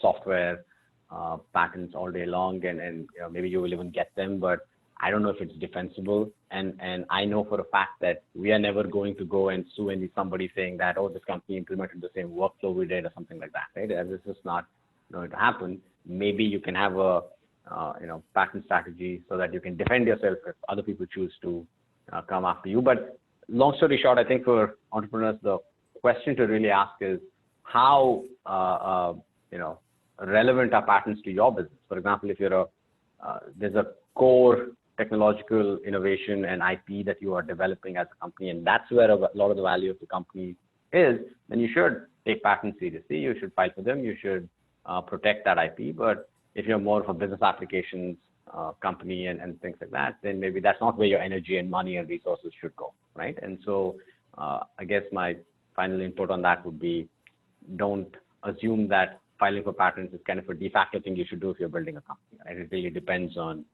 what the company is, and you should look at it through that lens. Right. So I have a couple of more questions before we let you give away the gifts and the prizes that all the teams are waiting here for. So who is Tejo Kote outside the office? Who is he at home? Yeah, I don't know. I think it's, if you ask my wife, probably the answer will be boring. But like I said earlier, one of the things I've always been very blessed with is just knowing my definition of happiness and what I'm passionate about. And so I really believe in the adage that if you are working on the things you love, then you're not working a day in your life, right? And so I've always just chosen to do the things that I would just wake up in the morning and do anyway. Like, for the longest time, maybe for the last 10 years since I've been an entrepreneur and founder, I've barely ever paid myself anything, right? And so when you're a founder, all the founders, that, right? Early days, you're not really making any money. You could, if you had a job, you'd be making a lot more money, but you choose to do it anyway because you have a slight screw loose in your head, and hopefully you are doing it because that makes you happy and you're passionate, and so yeah, I'm blessed by that. And so even when I'm not working, all of my hobbies and interests are all related, and it is a little irritating to my family that my friend circle is all other founders, and we're talking shop when we are not working, and when we get together, and it is just something that is interesting and fun, and something that keeps me going. But other than that, read a lot, and I have a 22-month-old daughter just coming up and being 2 years, and the last 2 years obviously building a company and being a father for the first time. That's been a whole interesting challenging journey on its own. So if you ask me what do I try to do when I'm not working these days, I try to get some sleep. That's what I'm trying to do. And I'm assuming you spend a lot of time at home as well, because you said that you like to be surrounded by intelligent people. So we will tell your wife that that's the statement you made, and you spend a lot of time with her because of that reason. I come to my penultimate question based on a statement that you just made about working and making money. I read that you were working with one of the biggest software companies in India, Infosys, for some time before you moved on to the US. So what was the inflection point that really tricked you to move from Infosys to going out of the country and then becoming an entrepreneur? Yeah, look, the honest answer is that, I studied electrical engineering in my undergrad, and I was not smart enough to know back then. I was always interested in working for the well-known software technology firms. My dream was to maybe go work for Google, or Yahoo was a big company back in 2002, 2003, 2004, right? In India, they were a big, well-known company, and them or Oracle or Microsoft or somebody like that, right? And I got this jolt during the campus recruitment back in my undergrad days, when I learned that in India, when you study electrical engineering, a lot of these companies don't even want to give you an interview, right? They're like, if you study, which is partly true, because when you're studying electrical engineering, you're studying, transmission, distribution, power generation, power electronics, and they're like, you don't really know software engineering or software development, so skills are not good enough. And so that was, jolt, and at that point in my life, I was just basically coasting, right? So I wasn't really focused on what I wanted to do, and so I decided Infosys was one of the few companies that would even give me an interview, right? And so I interviewed there, and it was basically the only job offer I had, the first one, and I had heard that they had a good training program. It was essentially like a 6 to 8 month training program, and so I said, fine, like I'm at least going to get some skills that will allow me to go do the thing that I want to do, and so I took that job at Infosys, and that was, definitely inspirational in a lot of ways, because I was always a big fan of the founders of Infosys, right? And I had known about the story of their perseverance and how they had worked really long and built a valuable business and things like that. And I took away that aspect from Infosys. I can't really say that I enjoyed the work that I was doing day to day, and that wasn't like the most enjoyable thing over there. But we will make sure this video doesn't go to the Infi guys. No, probably. Yeah. So no, look, there are a lot of people in Infosys. I'm sure some people really enjoy the work that they do. Some people might not, and that is life. But I definitely still though took away. I remember going and sitting in these quarterly earnings things that Nandan Nilekani did. He was the CEO when I was there, and took away a lot of inspiration, about leadership and public speaking and all that kind of stuff, right? And finally decided, okay, I know what I want to do. That was a period when I kind of figured out for myself what I wanted to do with my life, and then the next step for me was to go learn. I decided then that, hey, I want to be an entrepreneur. This is great, and this is challenging, and I think this is what I want to do with my life. But the very next thought was, oh, but I don't know anything about anything. There's so much for me to learn, and that's why I decided to leave Infosys, go join a startup in India, and that was a fantastic experience. Got to learn a lot there, and influence a lot of what I got to do later. Awesome.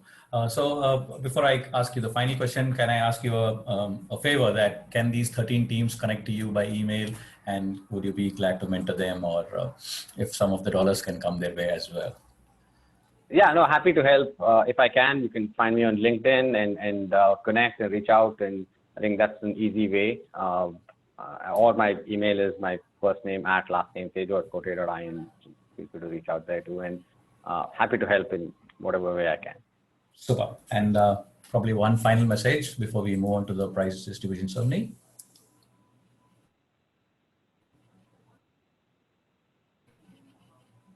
Hello, Tejo, can you hear me? Yeah, I'm here. Did you say you wanted to ask me a final question?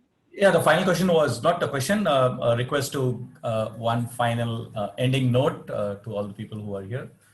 We have around. Oh, got it. Okay, so yeah, no, if you are one of the entrepreneurs and the founders here, congrats. I think you've taken a fantastic first step in starting up, and probably if you stick with it, this will be the journey that will give you a lot of personal growth also, right? That is my experience, and I urge you to take the opportunity to not just focus on building the business, but also to recognize what growth you are seeing in yourself. And entrepreneurship is not just an opportunity to create value, which obviously that is the thing that everybody focuses on, but I think it's also a fantastic opportunity to learn so much about yourself and grow. And if you are intellectually honest and introspective, you will find out so many areas and ways in which you can grow. And that's something that you should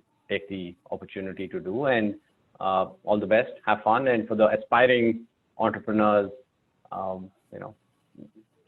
jump in and try it. It is for some people, it isn't for others, and that's fine, but you will never know until you try, right? And maybe I will end with that, and all the best. And thank you for having me. Thank you so much. It's been a pleasure talking to you.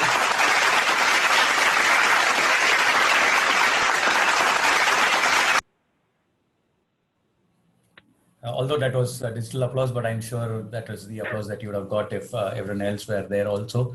Genuinely, very thank you so much. We are really honored with your humility, and it's been good to be in your company. On a personal note, this is the first time the moderator put me on spotlight. So thanks to you, I was also in the spotlight for some time. Thank you so much, Tejo. And please stay with us to the prize distribution ceremony. May I request Dr. Paul, if he's here, Dr. Paul? Yeah. Could I ask the jury members to share a few notes, or probably could you request the jury members to share a few notes before we go into the prizes?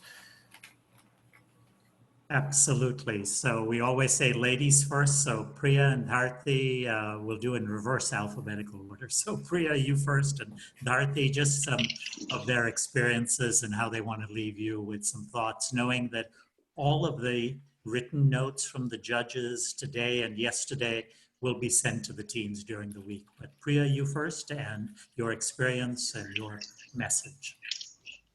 Thank you, Paul and Pradeep and everyone for putting this event together and fostering young entrepreneurship. Congratulations to all of you presenting today. You're all winners. And it was a very, very tough decision for all of us. And we did make that decision, but it was very tough. So you're all winners. I just wanted to remind you of two things. Doug Leon recently said, you should never waste a good recession. And Mark has done a recent article on time to build. I would say you guys are all making use of the opportunity of, it is a pandemic, but you are going to turn into what you want it to be.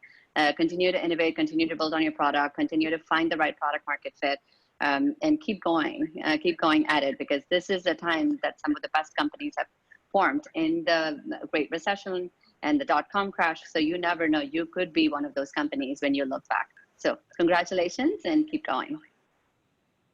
Good deal. Dorothy from New York. Yes, I echo Priya's thoughts, absolutely. It's been such a pleasure to be here today, Gordon. Thank you, Paul, the whole team of TiE Atlanta, TiE Hyderabad, and the global team as well, Mohini, Aparna, all of you. Thank you for the opportunity. It's been a great learning for me, for TiE women, like you rightly said, Paul. But I want to congratulate all the participants from the beginning of the journey to today. So it's not about winning, as we always say, but it's about the journey, but also the company you keep on the journey. So please take advantage of this, fantastic network that we are all a part of. The community is really awesome, for advice and for access to funds and for mentorship and all of that. So please take advantage, and all the best to everyone. Thank you, Paul.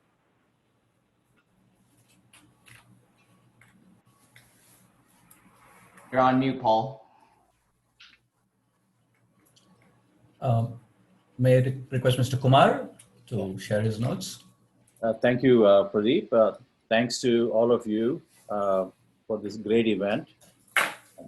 Pradeep, Paul, Gordon, Aparna, TiE Global, Vijay, the whole thing. This whole concept of TiE University is, I would say, spectacular, the way it's going and the traction and the value it is producing. And I think you're poised for bigger success, and I would love to see that and be part of that. Coming to the entrepreneurs, everyone who's here, awesome, congratulations. But I would like to tell you that this is probably your beginning. You have a lot more to go and achieve. Use us as a jumping board, as a mentor board, or whatever you can call it. And we're happy to help you. And to all the budding entrepreneurs out there in the audience, please do join this camp. And it's going to be fun, because entrepreneurship is what makes history and what makes global economies work. So looking forward to all that stuff. And I also say hi to Tejo here, who's one of the board members I used to be with, and just a shout out to him. Thanks for your inspiring speech. Thank you. Yeah, I'm on, right? So yeah, I can see you. Part of the, glad to be part of this event, and it's done very well coordinated actually. So thanks for the whole team. And the scores were very, very close actually, right? It's very hard to pick a winner. That I can say for sure. And a couple of things, a couple of observations I would say, right? Teams have done great job in problem identification and providing solution. And also second thing I've seen is founders teams are very strong actually across the board, right? Few things I would say teams need to think about is financial model. I would say not many of them have paid attention to those details. Go-to-market strategy is something which you can improve on as well. Many of the teams, and last not but least, right? Sales and marketing. I mean, they touched upon it, but even the presentations and other things, I haven't seen a strong thought process around that. So these things, I would request the teams to really focus on it. But and the exit strategy, right? Investors are there to help you, but also they look for the exit as well eventually, right? These are the last four things I would say. You need to start thinking right now as a budding entrepreneurs, right? Then you will come out very, very strong in the future. As fellow jurors said, we are always available. Our emails are there. Please reach out to us, right? Thanks for being part of it, and it's great to be there. Okay? Thank you.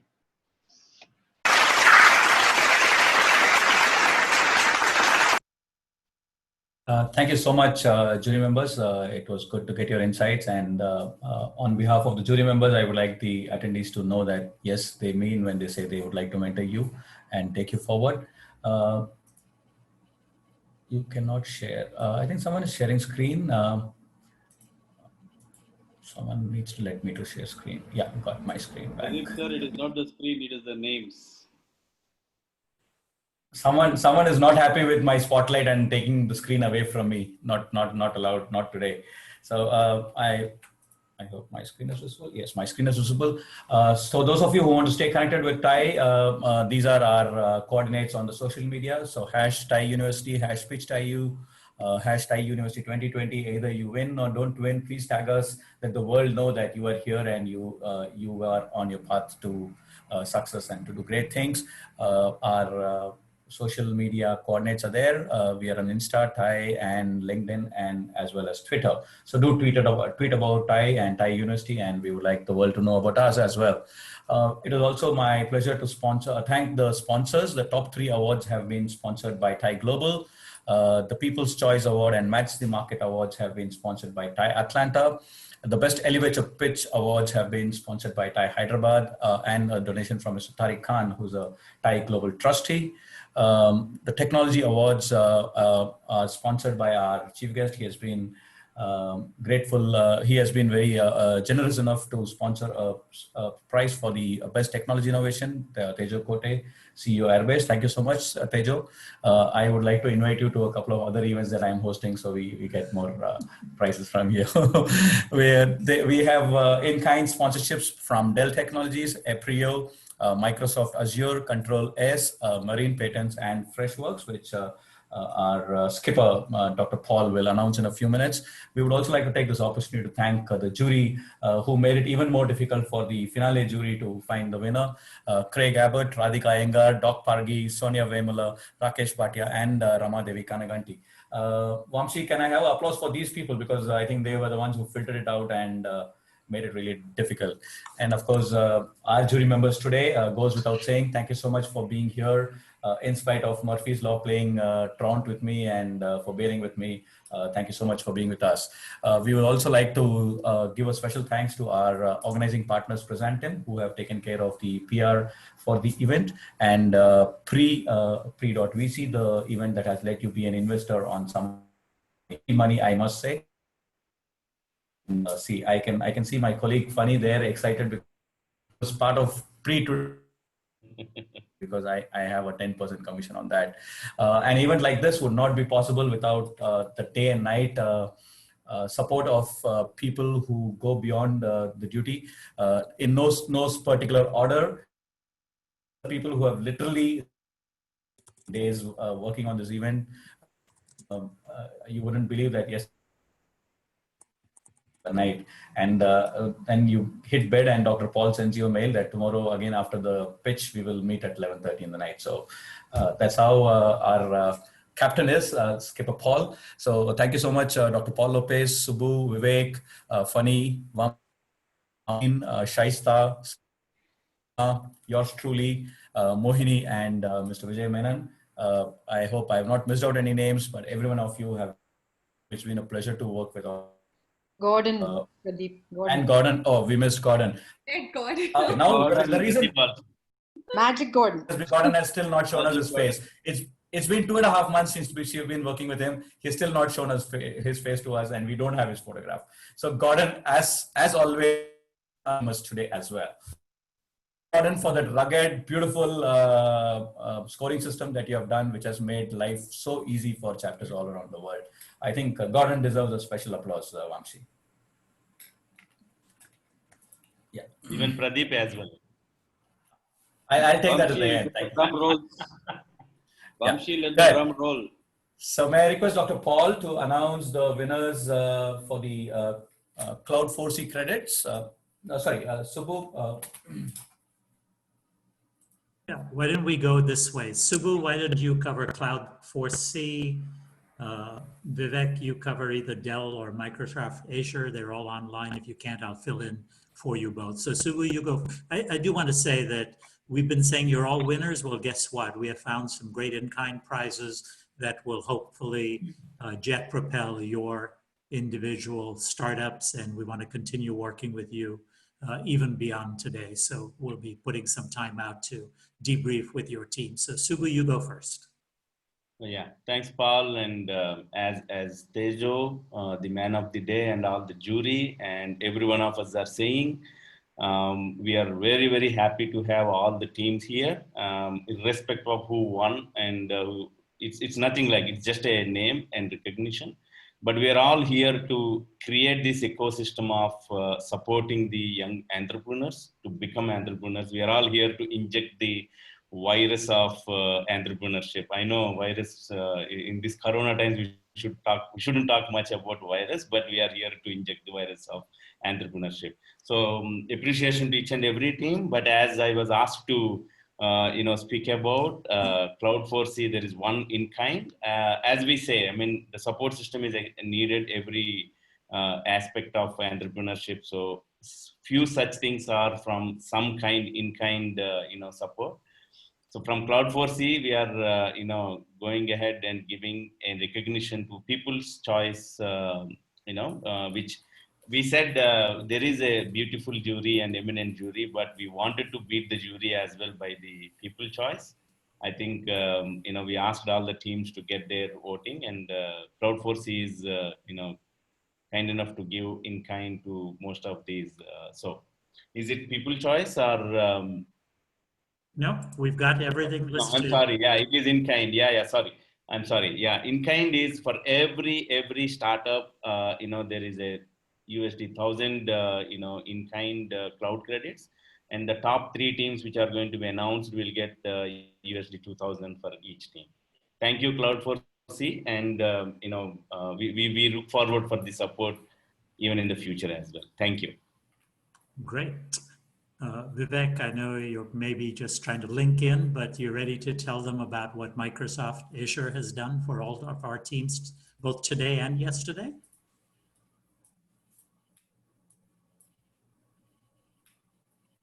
Yeah, can you hear me? Sorry, I was unmuted.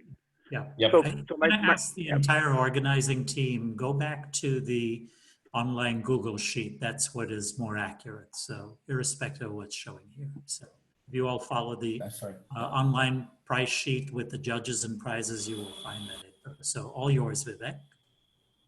Yeah, so Microsoft Azure has also been someone who's been, partnering with us, and has been looking at giving us credits that they will give us to all the teams that have been participating in both the tracks yesterday, and of course the members who joined us today. So just give me a minute. I'm trying to find more details on the online sheet. Paul, maybe you can fill in.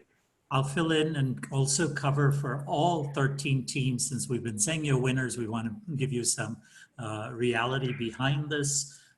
Dell for Startups has offered not just what they do for all startups, but you will be getting additional information where you will get deeper discounts through a contact that has said that Dell will be supporting your startup. So you will see not just the regular 10% discounts, but some additional discounts. And Mohini will put a package of all this together so that you receive it by midweek. So that's what Dell will be doing. And did I dance long enough, Vivek, for you to find the info on? Okay. And I'm going to ask, in fact, at this point for just spotlight the speaker, Vamsi. I think it'll be easier. Go for it, Vivek. Yeah, I'm just, so what Microsoft Azure is going to do is that they're going to give us a credit of $1,000 to each of the teams, and the 3 teams, which is the top 3 teams, which will get announced a little later, will take away a slightly higher amount at $1,333 for each team, which is the top 3 teams, and $1,000 for the other 10 teams. So all 13 teams take away credit from Microsoft Azure, and we thank Microsoft for that, and wish all the teams all the best to enjoy the credits. Great. With that said, let's move on now to some of the prizes that are also ready before we get to the 3rd, 2nd, and 1st place. And in that regard, Amin, are you ready to cover the audience winners based on being able to match the market? Yes, I believe so. Yes. I have the results there on the screen. Yes, I mean, as you announce the names, this will change. I'm taking, I think suddenly your problems from before with Mr. Murthy have actually ended up in a good way where you're giving yourself all the audience money. So I know, seriously. This was my revenge on Murphy. Yeah, as they say, we can occasionally create checks made out of rubber. So this one, in fact, is going to be one that bounces. Instead, we're going to ask announce the audience checks, which are going to not checks, but prizes equivalent. So Amin, all yours. All right. So in order, so for that match markets, am I actually okay to go ahead and display the results? Is that, if that's okay? If you like. Yeah, please. All right. All right. Yeah, You're a master. All right. The results have been displayed. So if anyone wants to go ahead and open up their app, and if they participate, they should be able to see for both the semifinals and then for the finals as well. So for the semifinals for track A, the pre-investor that got closest to match the market was Sushant. So congratulations, Sushant. And Sushant's last name is? Sushant's last name was not mentioned. He did not list it. So I'll fill in the blanks. Otherwise, we'll see Pradeep pay himself again. Yeah. And it's Mahapatro. Yes, no. Sushant typed in the chat. Say it again. Yeah, Sushant Masana. Masana, there we go. And then I want to also just give an honorable mention to the second and third place winners as well too, was Dinkar Suri and then Ashuntan Tewari. So congratulations to you guys for, coming in to that close in second place as well too. But Sushant, you are the winner, so congratulations. I'm going to go and override you just with some good news. We're doing $50 e-gift cards to each of the top 2 in every track. So awesome. So it will be number 1 and 2 for yesterday. Go ahead. Yep. So number 1 and 2 for yesterday for this track A semifinals was number 1 again was Sushant, and I believe you guys have his last name there as well too. And then second place was Dinkar Suri. And Dinkar, I think maybe from Mumbai, but we'll find him. And then track H. And over to you, Vamsi, for track H. Okay. Vamsi? You may not have realized you were going to call on him. Yes. Just a minute. Yeah, I'm there. For track H, it is Prince Preetham, and the runner-up in track H is Kulwant Kaur. Okay. And we will be reaching out to each of you. We have your email IDs. We believe in this one, India has figured out how to match the market the best. These are folks from Chandigarh and Punjab and wherever else, and Mumbai, et cetera. So we will find you and make sure that you split this $300 because there's 2 more today. So there are a total of 6 times $50. So Amin, you want to go back and announce or continue and announce today's match the market winners? Yeah, absolutely. So, yep. So for the finals, the first place goes to Umulya Garga. Umulya Garga. A-M-U-L-Y-A. Garga. Yeah, okay. And then second place is none other than Sushant. Congratulations again. You really knew what you were doing, man. Yeah, so it's Sushant Mahapatro, not Masana. Yeah. Thank you, Sushant Masana, for being honest about that. Yeah, Mahapatro. And just to be clear, irrespective of what you're seeing on the screen, it's getting e-cards worth $50 a piece for each person. So it's times 6. So irrespective of what we're doing real time, you can see we're being entrepreneurial, right? We're just making things happen. Explain what it means to be a match the market award winner. Who are these people?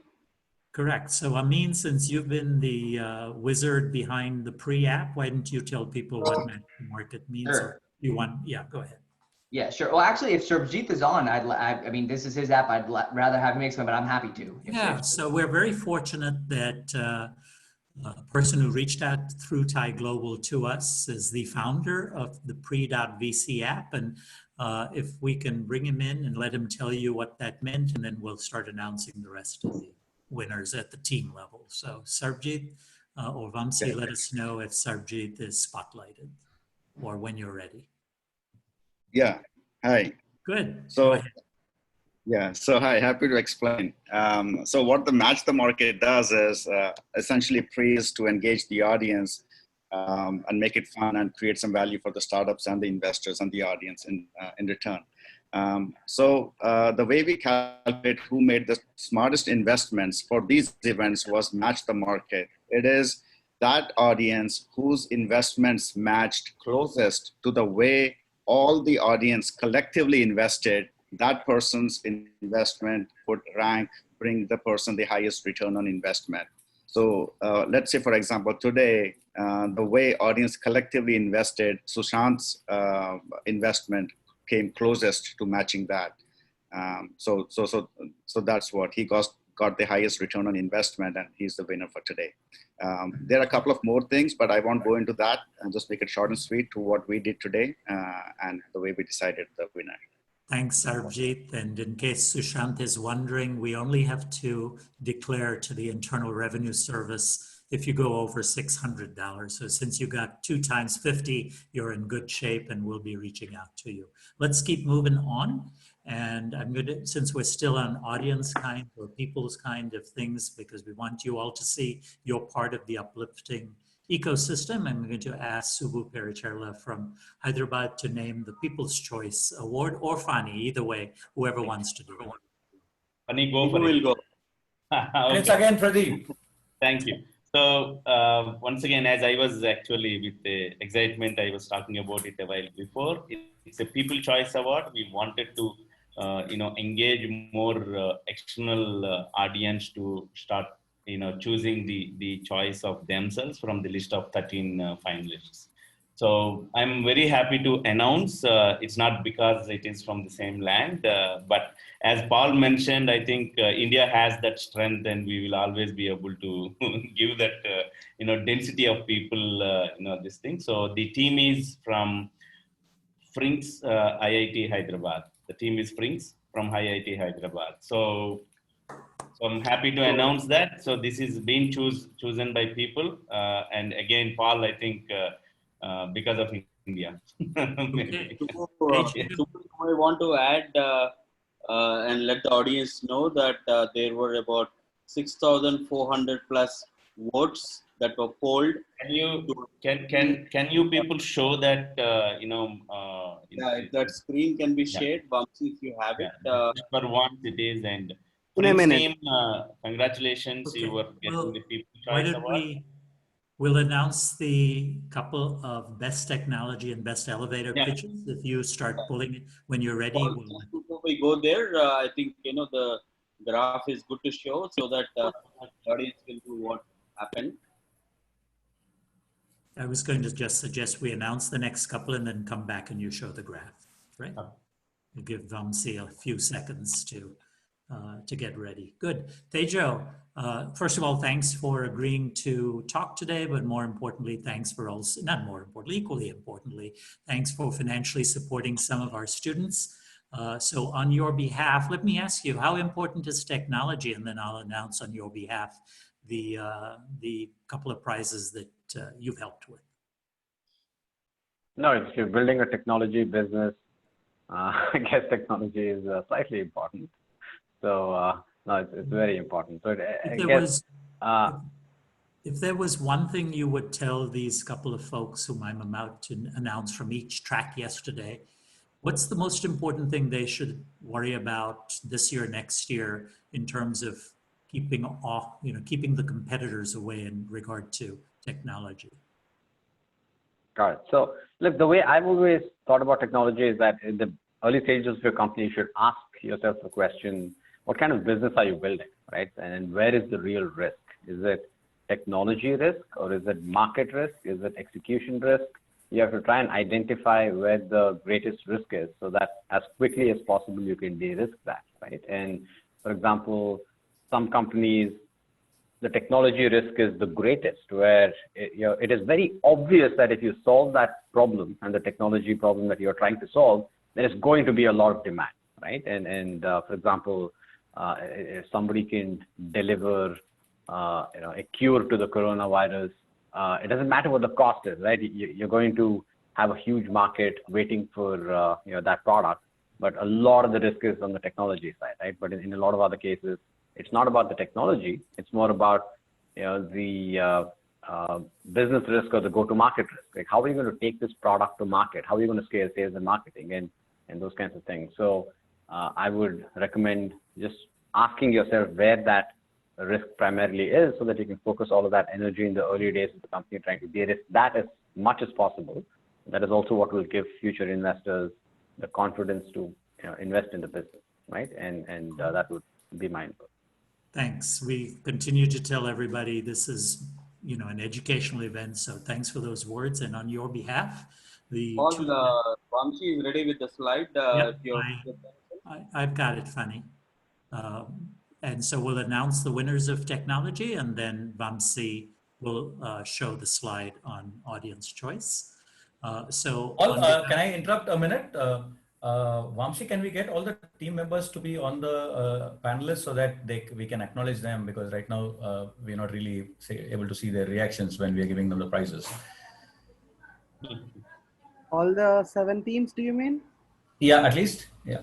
Okay, all the 7 teams, can you quickly raise your hands? Sorry for that, Paul. No worries. We're being entrepreneurial, so we're trying to move things wherever they need to be. We want to uplift our students. On time, don't worry about it. We actually gained on time. Okay, great. On behalf of Tejo, the 2 Best Technology Awards at $750 each, total of $1,500, go for yesterday out of the semifinals. They go to the following 2 student teams. One is Clean Electric from IIT Varanasi and representing TiE Mumbai. So congratulations. Some great work going on, and we want you to continue to launch and scale your company. And the other track, the winner there for Best Technology Innovation went to Aruga Technologies from Carnegie Mellon University, representing TiE Pittsburgh. So congratulations to all of you. And now I'm going to move it back to Vamsi so he can show you how the People's Choice Award got picked in terms of the votes. Okay, can I go ahead and show the People's Choice? Yes, Vamsi. Yes, Vamsi. Yes, Vamsi. Just a minute. So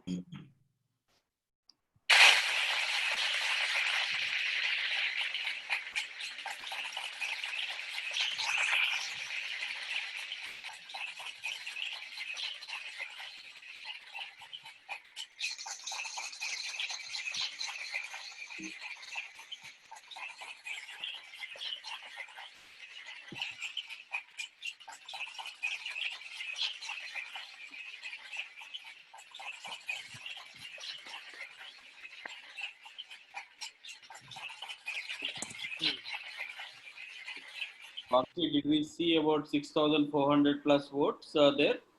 Yes. Yes, 6408 to be exact. All right, and thank you so much, Vamsi. Back to you, Dr. Paul. Awesome. Good deal. I'm glad to do that, because now we're starting to move. We do have one other, what we call Best in Class award. We called it the Best Elevator Pitch. And for that, I'm hoping, Vivek, you're ready to announce those. Yes, I am. Thank you. Yeah, thank you very much, Dr. Paul. And for this award, which has been sponsored by TiE Hyderabad and TiE New York at $750 each to the 2 teams from both the tracks yesterday. One of the 2 teams is Team Ambi from San Jose State University.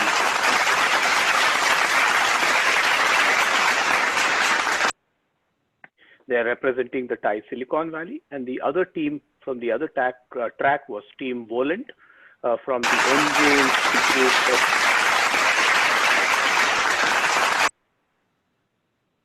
Wow, we're really from covering. the NJ Institute of Technology, TiE, New Jersey. So both the teams, congratulations on the very good quality 1-minute pitch that you gave yesterday, and which has entitled you to win $750 each towards that. So congratulations to both the teams.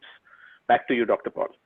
Awesome. And now we're into the final 3 teams. I think, as everybody has said, this is just a milestone on your journey. And so with that, I'm going to turn it back to the real hosts of our program, TiE Global, where Aparna is going to announce the 3rd place winner, Mohini, the 1st place winner, which has some additional winners beyond just the prizes, and then Vijay. So Aparna Mishra, I think coming to us from Lucknow, India, if I recall, right?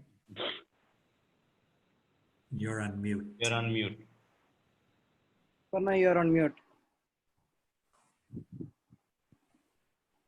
Any further ado, let's start with the winners. The 3rd place goes to LSK Technologies from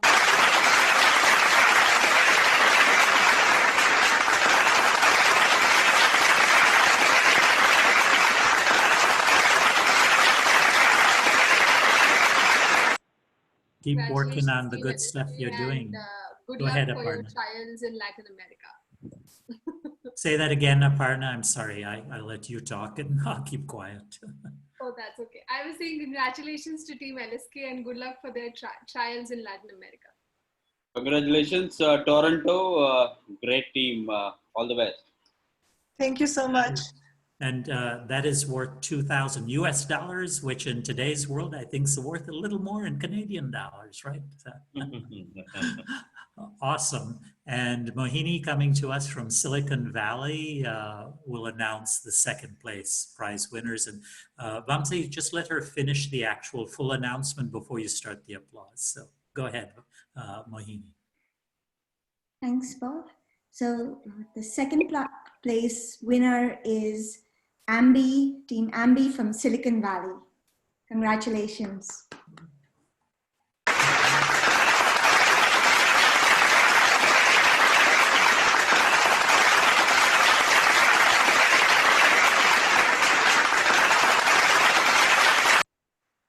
And hopefully, by the way, they might come and see.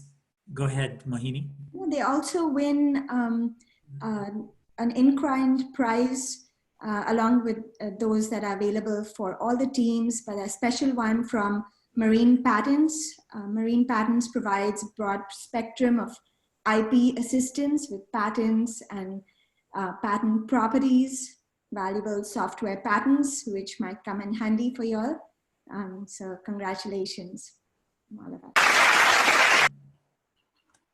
And Sharik will put you in touch with the partner at that firm. It's out of Denver. So over the next few months, you can reach out at the right time to get some IP partner consulting to keep driving your product. Thank you. Awesome. And now it's 11:30 in India. Are you announcing the final winner for the day? We are. I'm glad you asked. So with Yes, that, but not without further ado, Vijay Menon, Executive Director of TiE Global, who spans the world today, both living in Silicon Valley and today in India. But Vijay, it's all yours to announce the winner of TiE University 2020. Thank you very much, Paul. It's my pleasure. I've been after seeing all the 13 teams and now the 7 finalists. Everybody must be excited to know who's going to win it, right? So the winner of the 2020 TiE University competition is Aerodyne Technologies from the Georgia Institute of Technology, represented from TiE Atlanta. Congratulations to that.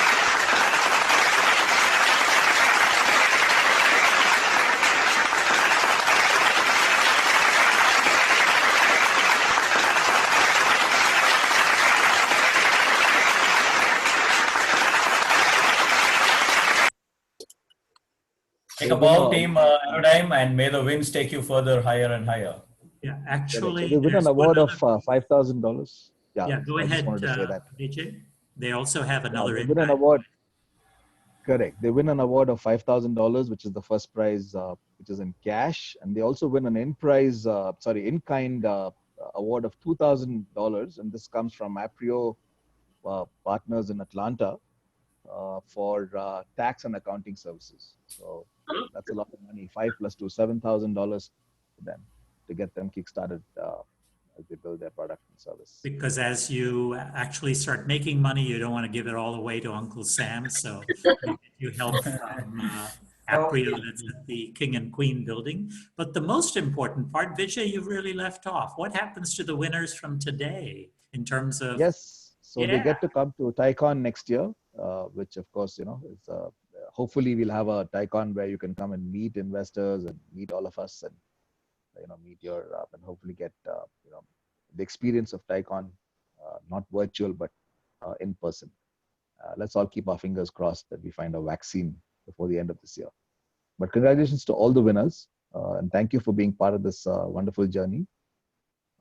And of course, thanks to Subbu, Paul, and Vivek for leading this, Pradeep for all his efforts. So thank you guys, and of course, Fani and Aparna, Mohini, Amin, Vamsi, they've all been fantastic to put this together. So thank you all.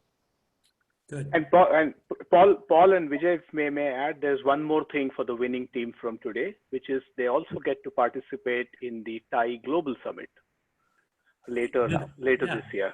Vivek, take a few seconds to tell people what that even means, because it's a big deal. Sure. That's right. So the TiE Global Summit is going to be happening later this year in the month of December, which is going to be hosted by TiE Hyderabad. And we are expecting about 20,000 people from all over the world to be attending this event. And it is going to be one of the biggest entrepreneurial events that we've seen in India, at least, which is going to have the who's who from all the people who are the right people, the entrepreneurs, the investors, the policy makers, and all of them. So the winning team from today will also get an opportunity to attend that event and kind of talk about their product and pitch their product to the people there. So congratulations on yet another achievement in addition to those dollars that you have won. Because for an entrepreneur, there can't be anything better than taking your product and showcasing it to such a large set of potential investors and entrepreneurs. So congratulations to you. So another piece of Zoom and hopefully in person next year in Silicon Valley. So with that, I'm going to turn it back to our MC and he's going to close us out. Thank you so much, Paul. And on behalf of TiE Global, TiE University, and every TiE member across the world, thanks to all of you for being such a great participant in this whole process. You're all winners by the simple virtue of being an entrepreneur. So there's nothing that can beat the spirit of entrepreneurship. May God bless all of you with great health, and may we all overcome this COVID challenge. Thanks to everyone who's contributed to this. I don't want to take names now because there are a lot of hundreds of people who have been behind this, helping in their own little way. Signing off on behalf of TiE Global and TiE University. Before we go there, can we take a group picture, please? Yes, okay. The teams, the winning teams. Yeah, Great. so probably can we take a small bite from each team? Just less 10 seconds. We can click some screenshots with your permission. Hope we see you all in Silicon Valley next year for TiE University 2021. And Dharthi, we're doing a separate event in a week to capture a lot of testimonials and other information from winners, because frankly, we've just spread the winnings all around. So great suggestion. We'll be doing that as a debrief call. Sure. Thank you so much. So yes, yes, Vamsi. You can start your cameras. The winners and the participants would love to have a picture with you today. Yes. And put us on gallery view, right? As they say in India, say idli.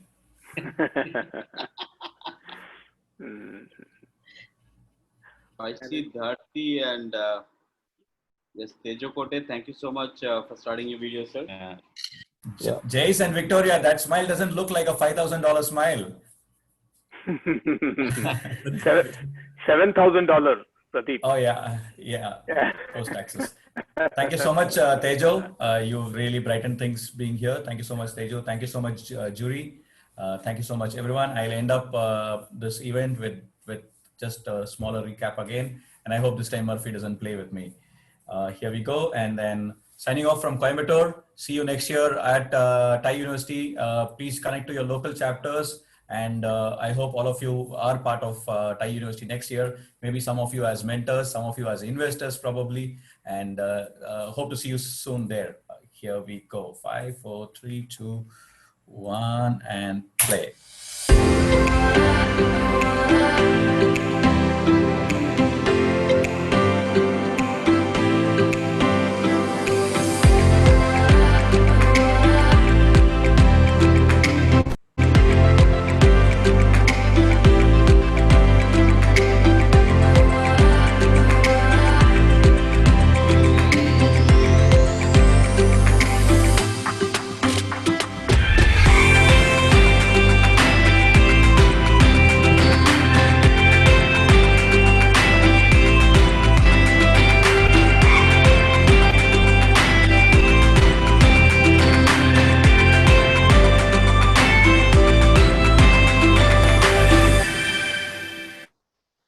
Guten Tag, Dankeschön, Sayonara, see you, choose, auf Wiedersehen, bye-bye. Thank you so much. Good night. Thank you.